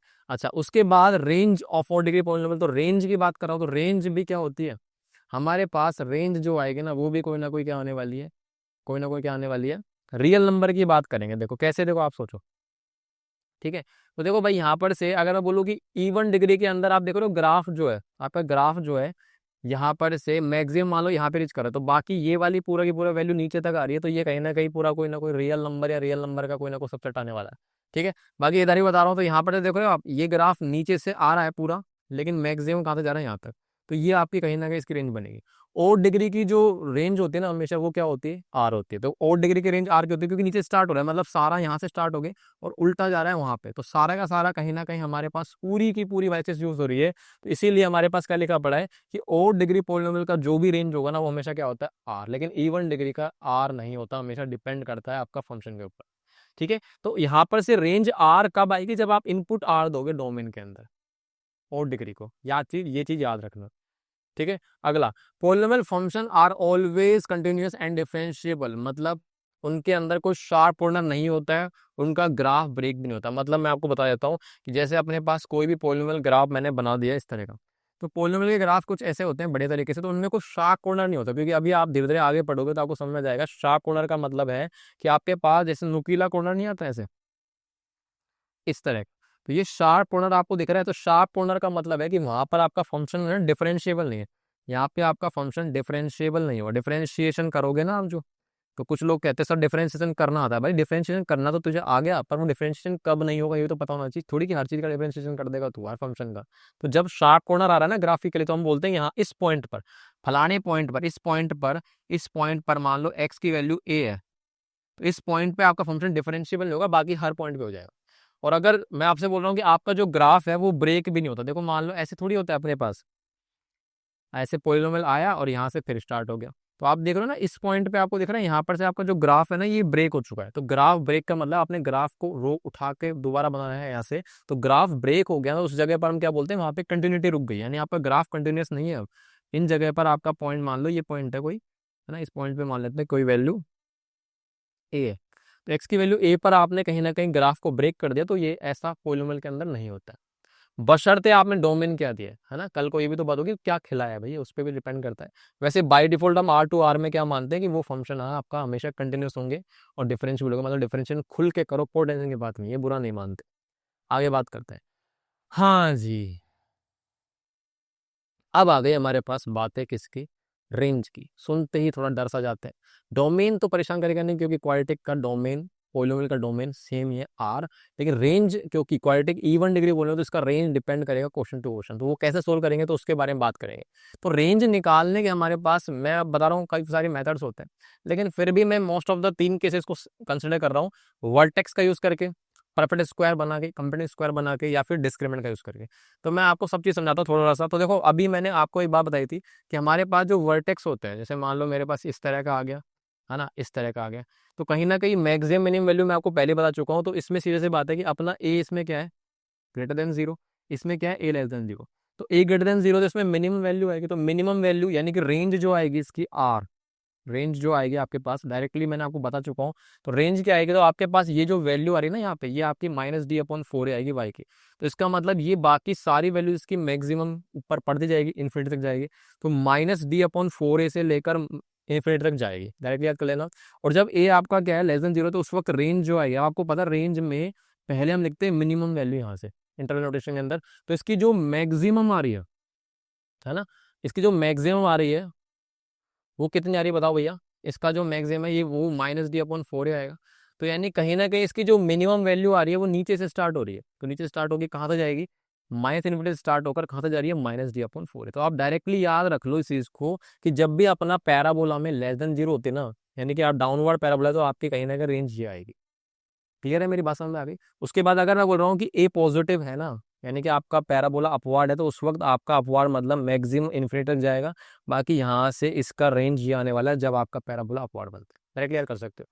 परफेक्ट स्क्वायर क्या होता है, तो परफेक्ट स्क्वायर मतलब जैसे मान लो, थोड़ा सा कॉमन सेंस लगा देता हूँ, जैसे मान लो कि मैंने आपसे बोला एक्स स्क्वायर, अब एक्स स्क्वायर की वैल्यू क्या होगी, तो आप बताओगे सर एक्स स्क्वायर जो है ना आपका हमेशा क्या होता है, पॉजिटिव होता ही नहीं होता, यानी ये जीरो भी हो सकता है, बाकी पॉजिटिव होगा। तो ऐसे आप परफेक्ट स्क्वायर बनाओगे, कंप्यूटिंग स्क्वायर, जो कि अपने जो है ना 10th क्लास के अंदर पहले एक मेथड था पर वो कट गया, आगे 12th में आता है अपने पास यूज बहुत इंटीग्रेशन में बहुत काम आता है। तो परफेक्ट स्क्वायर का मैं आप थोड़ा सा एग्जांपल देता हूँ आपको। जैसे मान लो कि मेरे पास कुछ ये आया, क्या बोलते हैं, इस तरह का, तो मुझे इसकी रेंज जाननी है। तो अब आप इससे तो निकाल ही सकते हो, बाकी इससे निकाल सकते हो। तो इसका परफेक्ट स्क्वायर बनाओ। तो परफेक्ट स्क्वायर बनाना थोड़ा सा टेढ़ा काम है, बाकी मैं शॉर्टकट बताऊँ आपको। देखो क्या है कि एक्स स्क्वायर का कोफिशिएंट है ना, आपको 1 बनाना है। क्या बनाना है आपको? 1। तो 1 अगर है तो कोई टेंशन नहीं है, बाकी 1 है तो इसको पूरे को क्या कर दो, 1 से एक तरह से मान लो डिवाइड कर दो, कॉमन ले लो, मतलब कुल मिला के। फिलहाल इसमें 1 है, कोई टेंशन की बात है नहीं। तो आपका ये फंक्शन चल रहा है ना, एफ एक्स चल रहा है, ध्यान रखना ये एफ एक्स है। इस एफ एक्स को थोड़ा मॉडिफाई करेंगे, परफेक्ट स्क्वायर बनाएंगे। तो देखो यहाँ से मैं सीधा इसको लेकर आऊँ एक्स, इस जो एक्स का कोफिशिएंट है ना उसके आगे जो माइनस, तो माइनस लगाओ, और बाकी एक्स का कोफिशिएंट जो भी है उसका हाफ कर दो और ऊपर क्या लगा दो, होल स्क्वायर। अब ये सीधा सीधा सा फॉर्मूला बनाया गया है, तो इसको मैंने ऐसा लिखा। अब इसको आप जब ओपन करोगे ना तो ए स्क्वायर माइनस 2ab आ गया, पर प्लस का बी स्क्वायर आएगा। तो वो हमने कहीं ना कहीं इसके अंदर कुछ छिड़कानी करी गई। तो आप क्या करो, हमेशा याद रखना, पहले ये लिखा माइनस या प्लस जो भी आ रहा है, फिर इसके आगे जो कोफिशिएंट है उसका आधा करके होल स्क्वायर लगाए। उसके हमेशा बाहर माइनस आएगा, क्या आएगा, हमेशा बाहर माइनस। और उसका आप क्या कर दोगे, इसी वैल्यू का 5/2 का आप क्या कर दो, होल स्क्वायर बाहर क्या कर दो, माइनस कर दो हमेशा, और बाकी +6 है। तो ये परफेक्ट स्क्वायर बन गया। ठीक है, क्या बन गया आपका परफेक्ट स्क्वायर। तो अब इसको आप सिंप्लीफाई कर लो, तो ये देखो क्या बन गया, एक्स माइनस में 5/2 का होल स्क्वायर। ठीक है, और बाकी ये वैल्यू को आप जब सिंप्लीफाई करोगे तो बनेगा क्या, -25/में कितना आएगा, 4। तो -25/4 बन गया, और यहाँ पर बनेगा आपका कितना, प्लस है। तो अल्टीमेटली आप इसको सोल्व करोगे तो पता चलेगा 24 -1/4 आ गया। तो ये वही तो चीज़ आ गई, देखो -1/4। ठीक है, अब आप ऑब्जर्व करो कि ये जो आपका एफ एक्स बना है ऐसा सुंदर सा बन गया। थोड़ा सा अब आप ऑब्जर्व कर सकते हो कि मैंने आपको बताया एक्स स्क्वायर एक पॉजिटिव वैल्यू होती है। तो यानी कहीं ना कहीं आप ये सोचो कि ये वैल्यू जो होगी ना, है ना, अब सोचो एक्स स्क्वायर पॉजिटिव है, कोफिशिएंट इसका ए, यानी अपवार्ड पैराबोला है। तो अपवार्ड पैराबोला के अंदर आपका मिनिमम वैल्यू होता है, मैक्सिमम होता है नहीं है। तो आपको मैं बताऊं ना, मिनिमम वैल्यू कब आएगी, सोचो किसी वैल्यू का स्क्वायर मिनिमम कब होगा। तो सोचो यहाँ पर बोल रहा है कि एक्स स्क्वायर आपका कम से कम 0, बाकी 0 से बड़ा होगा। तो ये मिनिमम कब होगा, जब इसमें आप क्या डालोगे, पूरी की पूरी रिजल्ट क्या आएगा आपका, 0। किस वैल्यू पर आएगा, तो एक्स के लिए 5/2 डाल दो तो पूरा 0 बन जाएगा, 0 -1/4। तो अल्टीमेटली इसका मिनिमम वैल्यू क्या आएगा, एफ एक्स की मिनिमम आएगी आपके पास कितनी, -1/4। तो इस तरीके से आपको ऑब्जर्व करना है यहाँ पर से परफेक्ट स्क्वायर बना के। मिनिमम या मैक्सिमम डिपेंड करेगा ए की वैल्यू पर। क्लियर है मेरी बात समझ में आ गई। मैंने हर चीज को भाई तोड़ मरोड़ के सब चीज समझा रहा हूँ, आपके ऊपर है बाकी तो। अब देखो दूसरा डिस्क्रीमेंट का यूज कर सकते हो। जैसे डिस्क्रीमेंट का अगर मैं यूज करूँ, है ना, डिस्क्रीमेंट का अगर मैं यूज करूँ ना आपके सामने, तो डिस्क्रीमेंट मतलब जैसे मान लो कि अपने पास एफ एक्स बराबर में यही एक्सप्रेशन आया है इस तरह का, इसी का आंसर निकाल देता हूँ, एक्स स्क्वायर -5x + 6 है। तो आप है ना क्या करो कि इसको क्वाड्रेटिक इक्वेशन में कन्वर्ट कर लो। कैसे करोगे, एफ एक्स को क्या मानो, y, तो y बराबर में एक्स स्क्वायर -5x + 6 हो गया। अब है ना, आप इसको क्वाड्रेटिक बनाने के लिए थोड़ी देर सोचो कि ये क्वाड्रेटिक एक्स में चलेगी, तो y को आप कांस्टेंट कंसिडर कर लो। तो इसको आप y को उधर भेजो, तो ये बनेगा एक्स स्क्वायर -5x + 6 - y = 0। तो ये आपकी बन गई क्वाड्रेटिक इक्वेशन। इसमें आपको क्या करना है, y को कांस्टेंट कंसिडर करना है। क्या करना है भैया, इस y को क्या लोगे, कांस्टेंट। अरे ये रुको रुको भाई, क्या हो गया, हाँ हटाओ। ठीक है, चलो अब आपको क्या करना है, क्योंकि देखो अब हमें एक बात पता है कि अपना जो भी फंक्शन आ रहा है ना वो सारे R2 R आ रहे हैं, R2 R आ रहे हैं। इसका मतलब इसमें x की वो रिजल्ट, एक्स की वो वैल्यू जिससे पूरा की पूरा क्वाड्रेटिक आपका 0 बन जाए, तो वो सारे कौन से आंसर आएंगे, रियल नंबर ही आएंगे। हम रियल नंबर को ही कंसिडर करने वाले हैं। तो इसका मतलब आप ही समझो कि इसका डोमेन आर है। डोमेन आर है तो मतलब जो भी डिस्क्रीमेंट होगा उसको आपको क्या कंसिडर करना है कि वो ग्रेटर देन इक्वल टू क्या होने वाला है, 0। ठीक है, मेरी बात समझ में आ गई। अच्छा, अब डिस्क्रीमेंट का फॉर्मूला आप जानते हो, है ना, कितना होता है भैया, डिस्क्रीमेंट होता है हमारा कितना, 20 को मैं तो यहाँ पे लगाओ सीधा, ये आपका -5 का स्क्वायर, ठीक है, -4 × 1 × c यानी 6 - y हो गया, और ये आपका ग्रेटर देन इक्वल टू 0। थोड़ी देर इनइक्वालिटी आएगी अपने पास, है ना। ठीक है, तो यानी देखो 25 माइनस ये बनेगा 4, तो इसको आप मल्टीप्लाई करोगे तो -4 से बनेगा -24, और माइनस माइनस प्लस का क्या बन जाएगा, कितना हो जाएगा, 4y। या अगर आप खुद बताओ 4y ये बनेगा आपका 25 - 24 1। इस 1 को आप उधर ले जाओगे तो ये क्या बन जाएगा, उधर -1। तो आप y की वैल्यू बता दो कितनी आएगी, y की वैल्यू अरे ग्रेटर देन -1/4। तो क्या ये वही चीज नहीं आ गई, आप खुद सोचो, y की वैल्यू -1/4 से बड़ी, मतलब आप इसको इंटरमीडिएट क्वेश्चन में क्या लिखोगे कि जब y की वैल्यू -1/4 से बड़ी आ रही है, तो आप इसको ऐसे लिख दो कि y बिलोंग्स टू -1/4 से बड़ी। यानी कुल मिला के आप ये समझो कि -1/4 भी आएगा इसके अंदर, क्लोज ब्रैकेट, और ये ठीक है, और इन्फिनिटी पर ओपन आएगा। तो देखो मैंने यहाँ पर, अरे यार मैंने यहाँ पर देखो क्लोज ब्रैकेट नहीं लगाया है, तो ये याद रखना क्लोज ब्रैकेट आएंगे इसके अंदर। मैं बोल तो रहा हूँ इंक्लूड करने का, पर आएंगे क्लोज ब्रैकेट। इसको सही कर देते हैं, ये क्लोज ब्रैकेट कर देना, बाकी इन्फिनिटी पर ओपन आएंगे। ठीक है, ओके, समझ में आ गई इतनी बात? तो इस तरीके से आप यूज कर सकते हो और इनसे आंसर आ सकता है आपका। ठीक है भाई, समझ में आ गई? तो मिनिमम आ गई -1/4, बाकी इसका मैक्सिमम चलता जाएगा। ये तीन तरीके का यूज करने अब आते हैं फटाफट से क्वेश्चन पे। तो find the range of this quadratic expression, है ना, ये इसका यूज करते हैं। तो आप खुद सोचो कि इसको आप कैसे यूज करोगे, अब आपके ऊपर डिपेंड कर रहा है। तीनों मेथड मैंने बता दिया आपको।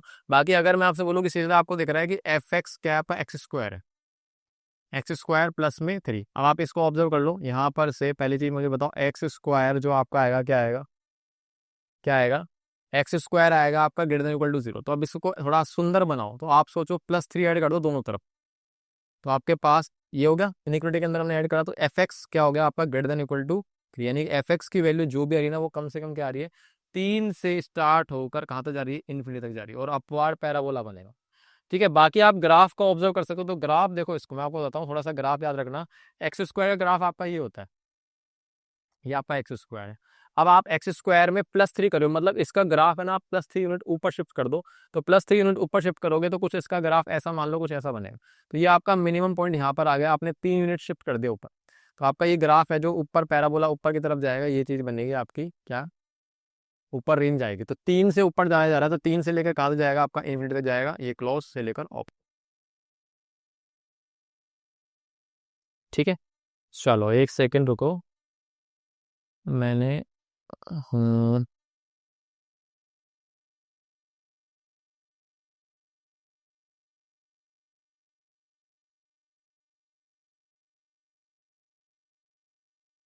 ठीक है, यहाँ पर भी थोड़ा सा करेक्शन कर लो, मैंने इसमें क्लोज ब्रैकेट नहीं लगाया ना, देखो सही करो। ये कोऑर्डिनेट समझ के हमने कोऑर्डिनेट छोड़ दिया, बाकी कोऑर्डिनेट के अंदर आता है ना, ये कोऑर्डिनेट तो ओपन ही आएंगे कोऑर्डिनेट, ये यहाँ पर से इसको सही कर लो, ये रुको, ये चीज ठीक है, ओके, चलो।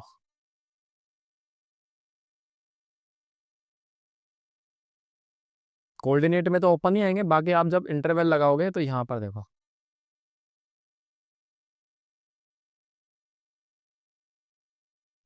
उसको सही करो इधर, क्लोज, ठीक है ना, ओके। बाकी ये कोऑर्डिनेट में ओपन आते हैं। चलो आगे बात करते हैं, वापस से आ जाते हैं अपने लेक्चर के अंदर।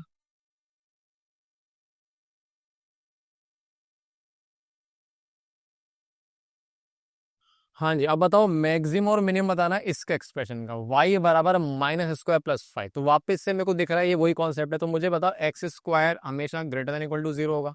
ठीक है, अब मैं माइनस से मल्टीप्लाई करूँगा, तो जब आप माइनस से मल्टीप्लाई करते हो इनइक्वलिटी को, जैसे आपने माइनस से मल्टीप्लाई करा, तो आपका जो साइन होता है ना, वो क्या होता है, इंटरचेंज। जैसे आपने मल्टीप्लाई करा, मल्टीप्लाई बाय -1, तो आपका जो साइन होता है ना इनइक्वालिटी का, क्या होता है, साइन क्या होता है इनइक्वालिटी का, फ्लिप। फ्लिप का मतलब क्या होता है कि ग्रेटर को लेस बनाओ, लेस को क्या बना दो ग्रेटर। यानी साइन आपको क्या करना है, चेंज करना है। तो यानी ग्रेटर है तो लेस बनाओ, और लेस है तो क्या बना दो, ग्रेटर। याद रखना इस चीज को। तो मैंने इसका साइन इंटरचेंज कर दिया। अब आपको +5 बनाना है, यानी पूरा फोटो को बनाना है इस तरीके का। तो -x² प्लस में क्या कर दो दोनों तरफ 5, तो 0 + 5 हो गया। अब ये आपका बन गया एफ एक्स, और ये आपको क्या दिख रहा है कि एफ एक्स की वैल्यू 5 या 5 से क्या है, छोटी आ रही है। तो आप इसको इंटरवल नोटेशन में क्या लिखोगे, आप लिखोगे कि 5 से छोटी, मतलब -∞ तक से जा रहा है, और कहाँ से जा रहा है, 5 तक जा रहा है क्लोज इंटरवल में। क्लियर, ये चीज़ है। आगे मेरी बात समझ में। बाकी इसका आप ग्राफ बना सकते हो। देखो मैं आप से बताता हूँ आपको ग्राफ इसका। तो एक्स स्क्वायर का ग्राफ तो आपका ऐसा होता है, और आप जब माइनस करोगे तो ऑब्वियस सी बात है ए नेगेटिव हो गया, तो डाउनवर्ड पैराबोला बनेगा। अब इसको आप 5 यूनिट शिफ्ट कर दो ऊपर, तो 5 यूनिट आप शिफ्ट करोगे, तो सोचो 5 यूनिट शिफ्ट करने के बाद मान लो यहाँ पे आ गया पॉइंट आपका ना। तो इस तरह का आप मान लो कि ये कुछ ऐसा, इस तरह का आप शिफ्ट कर लो। तो ये आपके पास 5 यूनिट आपने शिफ्ट कर दिया ऊपर। ठीक है, यानी यहाँ पर से आप देखो ये वैल्यू जो है इधर, यहाँ से पूरी नीचे तक जा रही है। तो आप मैक्सिमम पूछोगे 5 है, बाकी नीचे क्या है, -∞ तक आ रहा है। क्लियर है सर, समझ में आ गई मेरी बात, समझ में आ गई? ओके, अभी तक तो मैंने कुछ यूज नहीं करा, सिंपल सा मेरे को ऑब्जर्वेशन से काम हो गया। अब देखो अगला, अगला दिख रहा है आपको, परफेक्ट स्क्वायर बना पड़ा है, तो रेंज पूछ रहा है इसकी, तो वो वैसे ही ऑब्जर्व कर ले वापस से। तो बेस्ट मेथड वही है फिलहाल, यहाँ पर से फालतू में उल जुलूल मत फंसना, आप मुझे बताओ एक्स माइनस टू का होल स्क्वायर हमेशा क्या होगा? पॉजिटिव। वैसे सोच लो ये मिनिमम से आएगा। अब खुद बताओ इसमें जो अब ओपन करोगे ना, ए आपका पॉजिटिव आएगा, आएगा नहीं आएगा? और जब ए पॉजिटिव आता है तो आपका जो पैराबोला बनेगा वो बनेगा अपवार्ड। इसका मतलब उसका मिनिमम पॉइंट होगा, मैक्सिमम होता ही नहीं। क्लियर है? मेरी बात समझ में आ गई? तो यानी कि यहाँ पर से उस हिसाब से भी ऑब्जर्व कर लिया मैंने। अब आप बताओ ये जो चीज है पॉजिटिव आई, अब इसमें प्लस वन कर दो, तो एक्स माइनस टू का whole square plus one greater than equal to zero plus one one. तो खुद बताओ ये आपका बन गया एफ एक्स। तो एफ एक्स की value greater than equal to क्या होगी? वन। होगी नहीं होगी बताओ? और अगर एक्स एक्स की वैल्यू वन से बड़ी है तो आप समझ गए ना, इसकी मिनिमम वैल्यू वन आ रही है। तो इसकी मिनिमम वैल्यू वन आ रही है, ये चीज़ समझ में आई आपको? तो अगर आप इसको लिखोगे भैया एफ एक्स यानी वाई बिलोंग्स टू, इसका जो भी रेंज आ रहा है वो आपका वो आएगा आपका वन से लेकर कहाँ तक जाऊंगा? इन्फिनिटी तक। और वन आपका इंक्लूड करना है तो ओपन इंटरवल। ठीक है? ओके, बस यही पूछा था क्या? तो भी कह रहे तो बहुत आराम से। अगला क्वेश्चन तो ये भी कुछ ऐसा ही है। देखो परफेक्ट स्क्वायर का यूज करा गया है, तो देखो परफेक्ट स्क्वायर इनमें बना बनाया मिल रहा है, नहीं बनाया तो बनाना पड़ेगा आपको। तो आगे क्वेश्चन देखेंगे। बाकी आपसे पूछ रहा है what is the maximum value of this function and what is it's range. यानी इसका जो है आपके पास ये पी एक्स का आपको क्या बताना है? मैक्सिमम वैल्यू बतानी है और इसके रेंज बताना है। तो आप खुद सोचो, यहाँ पर से माइनस आएगा, देखो ना, आप एक्स को ओपन करोगे तो इसमें माइनस मिलेगा, इसमें जो ए आएगा ना वो आपका लेस देन जीरो, और ये लेस देन जीरो आ रहा है तो आपका डाउनवर्ड पैराबोला बनेगा, तो इसका मैक्सिमम पॉइंट होगा मिनिमम, तो इसका इन्फिनिटी तक जाएगा, माइनस इन्फिनिटी तक। क्लियर? तो चलो भाई बनाए। तो माइनस एक्स प्लस वन का होल स्क्वायर, आपको पता है कि एक्स प्लस वन का होल स्क्वायर पॉजिटिव होगा, तो यानी माइनस से मल्टीप्लाई करूंगा तो लेस देन जीरो हो जाएगा। आप इसमें माइनस तीन ऐड कर दो, तो जैसे आप माइनस तीन ऐड करोगे, है ना, माइनस तीन ऐड करने का मतलब समझ गए ना, माइनस तीन कर दिया दोनों तरफ, ये हो गया। अब ये आपका बन गया एफ एक्स, या पी एक्स दे रखा है तो पी एक्स बन गया। अब ये आएगा माइनस, तो आप खुद बताओ क्या कह रहा है कि माइनस तीन मैक्सिमम है, बाकी नीचे तक जा रही है। तो अब आप इसका जब आंसर दोगे तो आपका जो रेंज है इसका वो आएगा आपके पास कितना? माइनस तीन से नीचे जाएगा, मतलब कहीं ना कुछ कुछ ऐसा बनेगा। तो माइनस तीन आपका मैक्सिमम, बाकी नीचे तक जाएगा। तो माइनस इन्फिनिटी से लेकर कहाँ तक जा रहा हूँ? माइनस तीन तक, और माइनस तीन भी आएगा। ओके सर, चलो ठीक है। अब ये तो रेंज आ गई, उसने पूछा गया आपसे मैक्सिमम वैल्यू बताओ, तो इसका जो मैक्सिमम वैल्यू है वो आपकी आ रही है कितनी? माइनस का तीन, यही आ रहा है मैक्सिमम वैल्यू, और रेंज आपकी ये रही। है ना, इतना आसान तरीका, देखो बढ़िया तरीके से।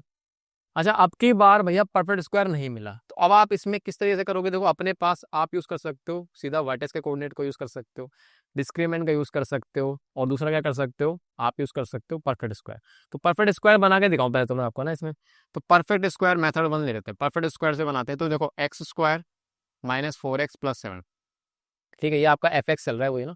यानी अगर मैं इसको परफेक्ट स्क्वायर बनाऊं तो एफ एक्स बराबर, मैंने आपको बोला था एक्स स्क्वायर का कोएफिशिएंट आपका वन होना चाहिए, तो वन बना पड़ा है नहीं। जैसे मान लो यहाँ पे थ्री होता तो थ्री आप बाहर कॉमन ले लेना, कॉमन का मतलब समझ गए ना, कॉमन लेना है आपको सीधा सा, तो बना पड़ा है। तो डब्बे बनाओ, डब्बे पे क्या लगाओ? मस्त स्क्वायर। अब एक्स, फिर माइनस है तो माइनस लगाओ, और फोर का आधा कर दो कितना? टू। और इस टू को बाहर हमेशा माइनस आएगा रखना, उसका स्क्वायर माइनस कर दो इस वैल्यू का, और प्लस से चल रहा है आपका सेवन। तो ये क्या बन गया देखो, ये बन गया एक्स माइनस टू का होल स्क्वायर, और माइनस टू का स्क्वायर हो जाएगा कितना? Minus two, minus four plus seven कितना हो जाएगा? प्लस का थ्री। तो अब आप देखो कि इसका पहली चीज तो ए पॉजिटिव है, क्या चल रहा है इसके अंदर? ए पॉजिटिव। और अगर ए पॉजिटिव है तो इसका मतलब मिनिमम वैल्यू होगी इसकी, मैक्सिमम वैल्यू नहीं होगी। ठीक है, बाकी अब आप ऑब्जर्व कर लो इसको, देखो देखे जल्दी से। तो खुद सोचो कि इसमें इसकी वैल्यू मिनिमम जीरो होगी, तो जीरो प्लस थ्री आंसर कितना है? जीरो। बाकी आप ऐसे भी देख सकते हो कि भाई ठीक है सर, एक्स स्क्वायर, एक मिनट, एक्स माइनस टू का होल स्क्वायर हमेशा greater than equal to zero होगा, इसमें प्लस थ्री ऐड कर दो, ये बन गया। अब ये बन गया आपका एफ एक्स, तो ये आ गया f x greater equal to three. तो इसका मतलब कहीं ना कहीं इसका जो भी आंसर आएगा रेंज का, वो आपका कितना जाएगा कि मेरे पास जो है तीन से बड़ी आएगी, तो तीन में क्या लगाना है आपको? क्लोज। ये बार बार ओपन लगाने की आदत पड़ेगी मुझे, ये आ गया। ठीक है सर, ओके, यही पूछ रहा है ना बस। तो ये है इसका सिंपल सा आंसर, कितना आराम से निकल गया देखो, है ना। बाकी दूसरा मेथड भी आप लगा सकते हो डिस्क्रिमिनेंट का, हाँ। बाकी आप रेंज निकालने के लिए क्वाड्रेटिक का लगा सकते हो। कौन सा क्वाड्रेटिक? अरे वो वर्टेक्स वाला भाई, वर्टेक्स के कोऑर्डिनेट का यूज कर सकते हो। ठीक है, बाकी आपके ऊपर है। अब अगला है डोमेन पूछ रहा है। अच्छा, डोमेन रिस्ट्रिक्टेड है जीरो, अच्छा ये थोड़ा सा अलग से कर दिया। इस बार डोमेन आर नहीं, अभी तक क्वेश्चन के अंदर डोमेन आर चल रहा था, अब की बार डोमेन बोल दिया कि भैया x greater than equal to zero, मतलब सारी की सारी पॉजिटिव वैल्यू और जीरो आ सकती है, नेगेटिव वैल्यू एक्स नहीं लेगा। ठीक है भाई, मजबूरी है, अब नहीं है तो मेरे पास ये जो चीज है इसको सोल्व करते हैं बड़े तरीके से। हाँ, तो रेंज डिपेंड करेगी किसके ऊपर कि आप उसको क्या खिला रहे हो। तो इस बार खिलाया गया है ये, चलो ठीक है भाई। अब आप मुझे बताओ कि अगर मैं इसमें कुछ बातें ऑब्जर्व कर लूँ, आप इसकी बातें ऑब्जर्व करोगे तो सोचो भाई इसमें एक्स पॉजिटिव जाएगा, तो पहली चीज तो मुझे बताओ कि इसमें वर्टेक्स क्या आएगा।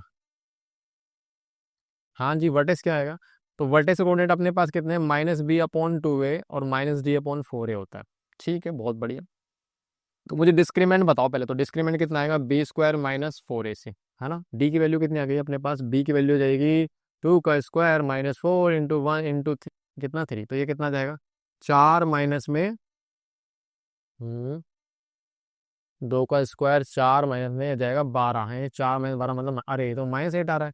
और -8 <<0 मतलब d <<0 मतलब आपका जो पैराबोला है ना, विल नॉट कट क्या, एक्स एक्सिस, यानी हवा में रहेगा। उसके बाद ए पॉजिटिव है, ए भी पॉजिटिव है, मतलब अपवार्ड पैराबोला बनेगा, यूपी बनेगा, यूपी। ठीक है। अच्छा, उसके बाद सी पॉजिटिव, मतलब कहीं ना कहीं अगर मैं बाई डिफॉल्ट बनाने की कोशिश करूँ रफली से ग्राफ, तो आइडिया ले लेते थोड़ा सा। सी पॉजिटिव 3 है, मतलब कट तो करके जाएगा 3 पर, लेकिन इसका ए पॉजिटिव है, आप खुद सोचो, देखो थोड़ा ऑब्जर्व करो, ए पॉजिटिव है और डी रहता 0, मतलब अपवार्ड पैराबोला बनेगा, तो ऐसा थोड़ी बनेगा। अपवार्ड पैराबोला अगर ऐसे बना हुआ 2 बार कट कर जाएगा, तो आप ये सोचो कि जब आप इस पैराबोला धीरे धीरे शिफ्ट करोगे तो एक बार टच करेगा और एक समय आएगा जब वो आपका कहीं ना कहीं ऐसे चल जाएगा। मेरी बात समझ में आ गई क्या आपको, है भाई। थोड़ा सुनने का रहता हूँ लोग, समझ में आई है मेरी बात आपको। तो यानी कि यहाँ पर से कट करा और ये पॉइंट आपका कितना है, ये आपका पॉइंट आ रहा है 3। ओके। डी आपका नेगेटिव, तो कट नहीं करेगा, नहीं कट करेगा तो इसके कोई रियल जीरोस नहीं मिलने वाले आपको। मेरी बात समझ में आ गई क्या।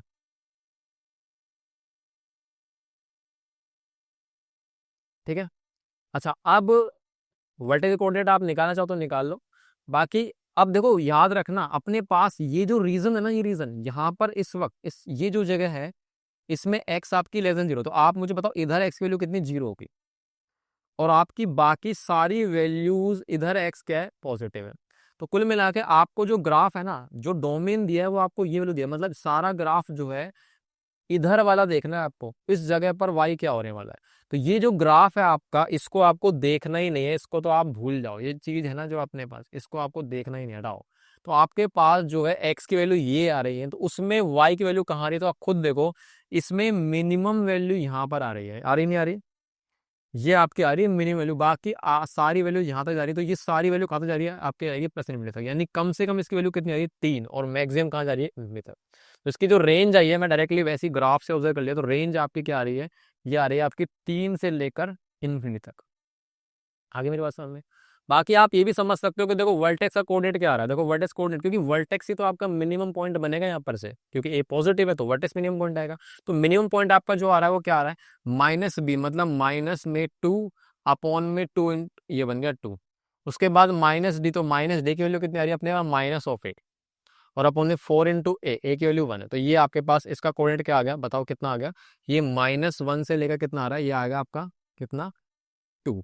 तो -1, 2, यानी कहीं ना कहीं इसके जो वर्टिकल कोऑर्डिनेट आ रहे हैं ना इस जगह पर, ये आपका आ रहा है -1, 2, ये आ रहा है भैया, सर समझ में आ गया। तो -1 देख रहे हो ना आप, मिनिमम पॉइंट आपका एक्स -1 पे आ रहा है ना। यानी कुल मिला के कहीं ना कहीं एक्स नेगेटिव तो हो ही नहीं सकता, क्योंकि आपको पता है कि इसमें ए पॉजिटिव है, तो इसका मिनिमम वैल्यू कहीं ना कहीं वर्टेक्स पे आएगा। लेकिन वर्टेक्स खुद जो है ना वो एक्स की वैल्यू नेगेटिव है, और नेगेटिव आपके डोमेन में नहीं है, डोमेन में नहीं है, तो इसका मतलब आप समझ गए कि वर्टेक्स की वैल्यू से, क्योंकि आपका पैराबोला बढ़ता जाएगा बढ़ता जाएगा बढ़ता जाएगा और बढ़ता जाएगा, तो कहीं ना कहीं एक्स की वैल्यू जैसे पॉजिटिव बढ़ेगी तो आपका पैराबोला शिफ्ट होता जाएगा। और एक्स की वैल्यू 0 पर देख लो कितना आ रहा है, तो एक्स की वैल्यू 0 पर जो आएगा ना आपके पास इंटरसेप्ट आएगा कितना, 3। तो 3 से आपका लगातार बढ़ता जाएगा। मेरी बात समझ में आई है आपको। यानी कुल मिला के मैंने इसमें वर्टेक्स को भी ऑब्जर्व करा कि इसका मिनिमम पॉइंट यहाँ मिल रहा होता, क्योंकि रेंज निकाल देना अपन लोग, तो इस जगह पर क्यों नहीं है, क्योंकि एक्स आपके नेगेटिव आ रहा है, तो वो डोमेन में नहीं है, तो ये वैल्यू आप कंसिडर नहीं करोगे। उसके बाद जैसे जैसे आप वर्टेक्स से उधर चलोगे, क्योंकि एक्स नेगेटिव है तो पॉजिटिव बढ़ाओगे, तो वो बढ़ता जाएगा, तो एक समय बिल्कुल 0 पर आके वो कहीं ना कहीं मिनिमम वैल्यू देने वाला है। मेरी बात समझ में आ रही है आपको, कि यहाँ पर से नेगेटिव वैल्यू को जब आप इधर चलोगे तो पॉजिटिव बढ़ेगा एक्स, तो उस जगह पर आपको पता है एक्स की वैल्यू पहली बार नेगेटिव के बाद क्या आएगी, 0 आएगी कम से कम, तो 0 पर इसका मिनिमम वैल्यू मिलेगा आपको 3, बाकी उधर चलते चलते बढ़ता जाएगा क्योंकि अपवार्ड पैराबोला है। तो इस तरीके से ऑब्जर्व कर सकते थे। चले आगे। अगला है domain of this function, this is restricted to 1 से लेकर 4, है ना। यानी कि अपने पास अगर डोमेन जो है इसका उसको रिस्ट्रिक्ट, अब फिर वो ये आपकी बार एक्स की वैल्यू 1 से 4 के बीच में, तो अब आप है ना ये चीज समझो कि एच एक्स अपने पास जो आ रहा है, सबसे पहले तो आप मुझे बताओ इसका जो है ये ए पॉजिटिव है, इसमें ए पॉजिटिव है तो अपवर्ड पैराबोला मिलेगा, मतलब इसका मिनिमम पॉइंट मिलेगा। तो मिनिमम पॉइंट आपको किस पे मिलेगा, तो देखो वर्टेक्स बताओ कितना है, तो वर्टेक्स कितना जाएगा, तो वही आप डिस्क्रिमिनेंट निकालो पहले तो डी आएगा बी स्क्वायर माइनस 4ac। तो डी की वैल्यू कितनी जाएगी भैया, बी स्क्वायर मतलब -5 का स्क्वायर -4 इंटू ए इंटू सी कितना 6, यानी 25 माइनस में 24 कितना जाएगा 1। और डी पॉजिटिव है मतलब 100% ये वैल्यू कट करके जाएगी। ठीक है, कट करके जाएगा आपका पैराबोला, तो कट करके कहाँ जाएगा, तो रफली बना लेते हैं वही। ठीक है, अब आप मुझे बताओ ए पॉजिटिव और सी 6 है, और आपको पता है बी की वैल्यू नेगेटिव, तो नेगेटिव है तो कहीं ना कहीं आपके पास ऐसे तो नहीं बनेगा, ये ऐसा बनेगा। क्या बनेगा, ऐसा। ये कुछ ऐसा, अरे इसको रुको, इसको थोड़ा सा रंगीन चेंज कर देते हैं। ऐसा नहीं बन सकता भाई, ऐसे में टेंजेंट नेगेटिव होगा। अच्छा बी नेगेटिव है तो बहुत बढ़िया, ऐसे ही बनेगा फिर तो, ठीक है। ये आ गई। तो इस जगह पर मान लो कि ये जो 6 है ना अपने पास, अब आप मुझे बताओ 1 से 4, तो 1 से 4 के लिए आप पहले तो बताओ कि यहाँ पर से ये जो वर्टेक्स है ना उसके कोऑर्डिनेट कितने आ रहे हैं उसको ऑब्जर्व करते हैं, क्योंकि 1 से 4 के बीच में, तो 1 से 4 का ग्राफ कहाँ पे आएगा वो अपन को ऑब्जर्व करने के लिए पहले वर्टेक्स देते हैं, क्योंकि वर्टेक्स आपका मिनिमम पॉइंट है इधर। तो भाई माइनस कितना आएगा, -b/2a से लेकर -d/4a होता है। तो भैया देख लेते हैं जल्दी से फटाफट से कितना आएगा, तो -b/2a मतलब -5/2। ठीक है। अच्छा उसके बाद अपना आएगा -d, तो -1/4 इंटू ए 4, यही आ रहा है अपने पास। तो -5/2 कहाँ पर आ रहा है, तो ये वैल्यू जो भी है ना, 1 मिनट, -5 नहीं, माइनस माइनस प्लस हो जाएगा ना, ये 5/2 आएगा, तो 5/2 अपना यहाँ पर मान लेते हैं कहीं यहाँ पे, ये आपका वैल्यू जो भी है ना -5/2 है। और इस पर आपके जो वैल्यू आएगी इस जगह पर वो आ रही है -1/4। अब ये देखना है आपको, देखो 1 मिनट, ये 5/2 नहीं प्लस का आएगा। आप सही है। अब आप ये देखो कि ये जो वैल्यू है ना, ये 5/2 का मतलब आप समझ रहे हो ना, ये आपका लिखा पड़ा है कितना, ये आपका लिखा पड़ा है 2.5। और 2.5 जो है ना, आपको पता है ना एक्स की वैल्यू आपके पास 1 से लेकर 4 है, और उस दौरान आपको पता चल गया कि एक्स की वैल्यू 2.5 1 से 4 के बीच में आ रही है। इसका मतलब कहीं ना कहीं आपकी जो मिनिमम वैल्यू बनेगी ना वो कितनी बनने वाली है, मिनिमम वैल्यू आपको कितनी बनेगी, -1/4। समझे नहीं समझे सर मेरी बात, यानी कि ये जो वैल्यू आ रही है ना, ये जीरोस जो भी आ रहे हैं, आप जीरो निकालना चाहो तो निकाल सकते हो, बाकी आपको पता है इसके जीरोस जो भी आएंगे ना कितने आएंगे, 3 और 2, कितने आएंगे 3 और 2, मतलब ये जो वैल्यू अगर आप निकालोगे तो आपको पता चल जाएगा कि यार ये तो मेरे पास 2 है, ये आपके पास कितनी 3 है। तो कहीं ना कहीं 1 इधर आएगा आपका, थोड़ा सा 2 से इधर, और 4 उधर आएगा। तो इसमें जो मिनिमम वैल्यू आएगी ना वो आपके पास इनके बीच में ही तो आ रही है ये वैल्यू पर, और ये आपका वर्टेक्स का कोऑर्डिनेट। तो पिछले वाले में वर्टेक्स जो था ना उस रेंज में नहीं था जो डोमेन में था, मतलब डोमेन जो एक्स की वैल्यू थी उसमें नहीं था। लेकिन इस बार अपने पास ये जो वैल्यू आ रही है ना अपने पास 1 से 4 के बीच में, इसमें आपका वर्टेक्स की वैल्यू आ रही है, वो जिस पर आपका मिनिमम पॉइंट अचीव करेगा इस वैल्यू पर। तो आपकी मिनिमम वैल्यू कितनी बनेगी उस हिसाब से, -1/4। समझ में आ गई आपको। और ये आपका कितने पर आ रहा है, 5/2। तो इसका मतलब जब इसकी मिनिमम वैल्यू -1/4 आएगी, तो अब आपको पता है कि उसके बाद 1 से लेकर 4 तक, समझ रहे हो मेरी बात, देखो इधर ध्यान से देखो। ये थोड़ा सा अगर मैं आपको ऑब्जर्व करने की कोशिश, यहाँ पर मान लो कि 1 है, क्या है यहाँ पे थोड़े के लिए, अरे अरे रुक जा भाई, 1 है और आगे जाके 1 मान लो तो यहाँ पे 4 आएगा। तो 1 पर और 4 पर, क्योंकि अब आपको पता है ना जैसे जैसे एक्स वैल्यू इधर इधर शिफ्ट होगी, क्योंकि 5/2 पर, तो 5/2 पर तो ये आपका मिनिमम देगा। उसके बाद जैसे जैसे आप उधर बढ़ोगे तो आपका जो ग्राफ है विद बढ़ता जाएगा मतलब है कि उसकी वैल्यू बढ़ेगी। तो इसका मतलब अगर मैं बोलता हूँ कि ये डोमेन नहीं है, तो उस हिसाब से पूरा आपका प्लस इन्फिनिटी जाएगा। लेकिन क्योंकि अब आपके पास एक्स की वैल्यू आर नहीं है, अब आपके पास एक्स की वैल्यू कितनी 1 से 4 है, तो अब आप मुझे बताओ कि 1 पर जो है और 4 पर जो है उस हिसाब से आइडिया लगा देता है कि भाई इस पर 2.5 पर तो मिनिमम मिल गई, तो मैक्सिमम कितना जा सकता है। तो अब आप ये चेक कर लो कि एक्स की वैल्यू 1 पर आपका क्या आ रहा है आउटपुट, तो कितना आएगा बताओ अपने पास, h(1) कितना आएगा। तो देखो भाई रख दो इसके अंदर 1 माइनस में 5 प्लस में 6, तो ये कितना आया 6 - 2। ठीक है, उसके बाद अगर मैं बोलूँ आपसे एट एक्स बराबर कितना है अपने पास, लास्ट अपने पास जो वैल्यू 4 पर चेक करो, तो 4 कितना है देख लेते हैं। तो h(4) ये आएगा कितना भैया, 4 का स्क्वायर -5/4 प्लस का कितना जाएगा 6, ये कितना बन गया 16 -20, 16 से 22 -20 कितना हो जाएगा 2। तो दोनों पर सेम ही आ रहा है, अरे वाह भाई। ओके कितना आ रहा है दोनों पर वही आ रहा है सेम, ये तो इनके बीच में ही तो आ रहा है ये बिल्कुल बीचों बीच। तो कुल मिला के अपने पास दोनों पे सेम ही आ रहा है। ठीक है, तो यानी कुल मिला के समझ में आ गई कि दोनों पर सेम आ रहा है, तो इसका मतलब मिनिमम वैल्यू तो आपकी -1/4 आ रही है। यानी इसकी रेंज अगर मैं बोलूँ आपसे, तो इसकी जो मिनिमम वैल्यू आ रही है ना सर, इसकी मिनिमम वैल्यू आएगी आपकी -1/4। और इसकी जो मैक्सिमम जा रही है वो इन्फिनिटी तक नहीं जाके कहाँ तक रुक गई है, 2 तक, क्योंकि अपना डोमेन पर डिपेंड करता है। तो 2 आएगी नहीं आएगी, तो 2 आएगी, बिल्कुल आएगी, तो ये आपका आंसर आएगा। तो इसलिए थोड़ा सा अलग क्वेश्चन है। तो कुल मिला के डोमेन पर डिपेंड कर रहा है इसके अंदर। ठीक है, तो अब देखते हैं अगला क्वेश्चन क्या कह रहा है। देखो, find the domain for which the function this and this are equal, यानी कि अपने जो फंक्शन है ना, दोनों के दोनों बराबर हो जाए, वो डोमेन बताओ। तो अभी हम आगे अगले लेक्चर्स के अंदर हम पढ़ेंगे कि जब दो फंक्शंस अपने ऐड, सब्ट्रैक्ट, मल्टीप्लाई, डिवाइड होते हैं, तो उसमें इनका डोमेन क्या होगा, वो हम आगे लेक्चर में पढ़ेंगे। बाकी अभी तो आप ये समझ लो कि दोनों की दोनों में वो एक्स की वैल्यू क्या डालो जिससे दोनों फंक्शंस का अपना रेंज बराबर आए।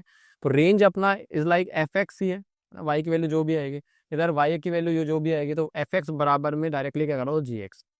तो एक्स की वैल्यू क्या डालो जिससे कि दोनों का रेंज यानी आंसर सेम आए, तो आप सीधा उठाओ और डाल दो वैल्यू 2x² -1 बराबर में 1 माइनस में 3x। ठीक है सर। अब आप एक काम करो, क्या बन रही है अपने पास, ये क्वाड्रेटिक सी बन रही है यार, इसको बुलाओ इधर, आ जाओ भाई। ये +3x और ये आपके पास कितना जाएगा इधर आके, -2 बराबर 0। यही आ रहा है क्या? ओके, यही आ रहा है। तो इसको अब आपको क्या करना है, स्प्लिटिंग हो रही है तो स्प्लिटिंग कर लो, तो 2 दूनी 4, यानी प्रोडक्ट नेगेटिव आएगा, तो डिफरेंस अपने पास 4 आना चाहिए, तो ऑब्वियस ये बात है 4 और 1 डिफरेंस आ जाएगा। ठीक है, तो ये बन गया आपका 2x² प्लस में 4x माइनस x -2 = 0 हो गया स्प्लिटिंग, है ना। 4 माइनस 1 3 हो जाएगा और ये हो जाएगा। ठीक है, तो अब अपने पास कॉमन क्या आ रहा है, 2x कॉमन आ गया, यहाँ बनेगा 2x प्लस में कितना, अरे 2x कॉमन आ रहा है, हटाओ इसको यहाँ से, ये बनेगा x प्लस में 2, वापस से कॉपी पेस्ट कर दो, x प्लस 2 बराबर 0। यहाँ पे -1 आ गया, तो x प्लस 2 इंटू 2x -1 बराबर 0। तो इधर से x की वैल्यू कितनी आएगी, 2 माइनस का, इधर से आएगा x की वैल्यू 1/2 प्लस का। ठीक है, आप चेक भी कर सकते हो, डाल के देख सकते हो। देखो -2 आप इसमें डालो, तो -2 का स्क्वायर हो जाएगा कितना, 4, 4 टू जाए 8, 8 -1 कितना जाएगा, 9, तो 9 सेम आ गया। इस पे डालो, इस पे कितना बनेगा, -2, तो माइनस, एक मिनट कितना आता है यहाँ पे, इसमें डाल के देख लेते हैं एक बार, तो कितना आएगा भाई, एक्स में -2 डालेंगे तो ये हो जाएगा कितना, 6 और एक 7 बनेगा, और यहाँ पर बनेगा अपने पास 4 दूनी 8, 8 माइनस 1 कितना आएगा, 7, तो सेम आ गया। उसके बाद आप 1/2 डालो, तो 1/2 जब इसमें डालूंगा तो 1/2 का 1/4 बनेगा, कट जाएगा, तो 1/2 -1 हो जाएगा आपका कितना, माइनस का हाफ। ये आ गया, इधर से डाल के देख लो, ये अपना कितना बनेगा, 1 माइनस में 3 इंटू 1/2। तो आपको पता है 1 माइनस 3/2 जब आप सोल्व करोगे तो कितना आएगा, -1/2। दोनों पर आपका जो है, इनकी दोनों वैल्यूज पर इनका दोनों का जो आउटपुट आ रहा है फंक्शन का, वो क्या आ रहा है, सेम आ रहा है। तो वो कह रहा है आपसे कि यहाँ पर से डोमेन बताओ, इन पे दोनों फंक्शन बराबर हो तो क्या डोमेन आएगा अपने पास, दोनों के दोनों में जो आंसर आएगा, एक्स की वैल्यू क्या डालने पर आंसर बराबर आ रहा है, तो वो आपका आ रहा है -2 और 1/2, इस पर आ रहा है। ठीक है, आगे मेरी बात समझ में। तो कुल मिला के आज के सेशन में मैंने पूरा पूरा पोलिनोमियल में जो अपना बनता है ना, लगभग सारी चीज़ें समझा दी हैं। अब आपको बस इसको आराम से धैर्यपूर्वक देखना है। जो भी छोटी छोटी सी मैंने यहाँ पर से ओपन इंटरवल ध्यान रखना, क्लोज इंटरवल उसको ध्यान रखना। ठीक है, कोऑर्डिनेट में ओपन आते हैं यानी छोटे वाले ब्रैकेट आते हैं, और बाकी उसमें क्या आते हैं, बड़े ब्रैकेट्स आते हैं, अगर हमारे पास वैल्यूज इंक्लूड होती हैं ओपन इंटरवल क्लोज इंटरवल के हिसाब से। ठीक है, तो अब मिलते हैं नेक्स्ट लेक्चर के अंदर। Tata bye bye.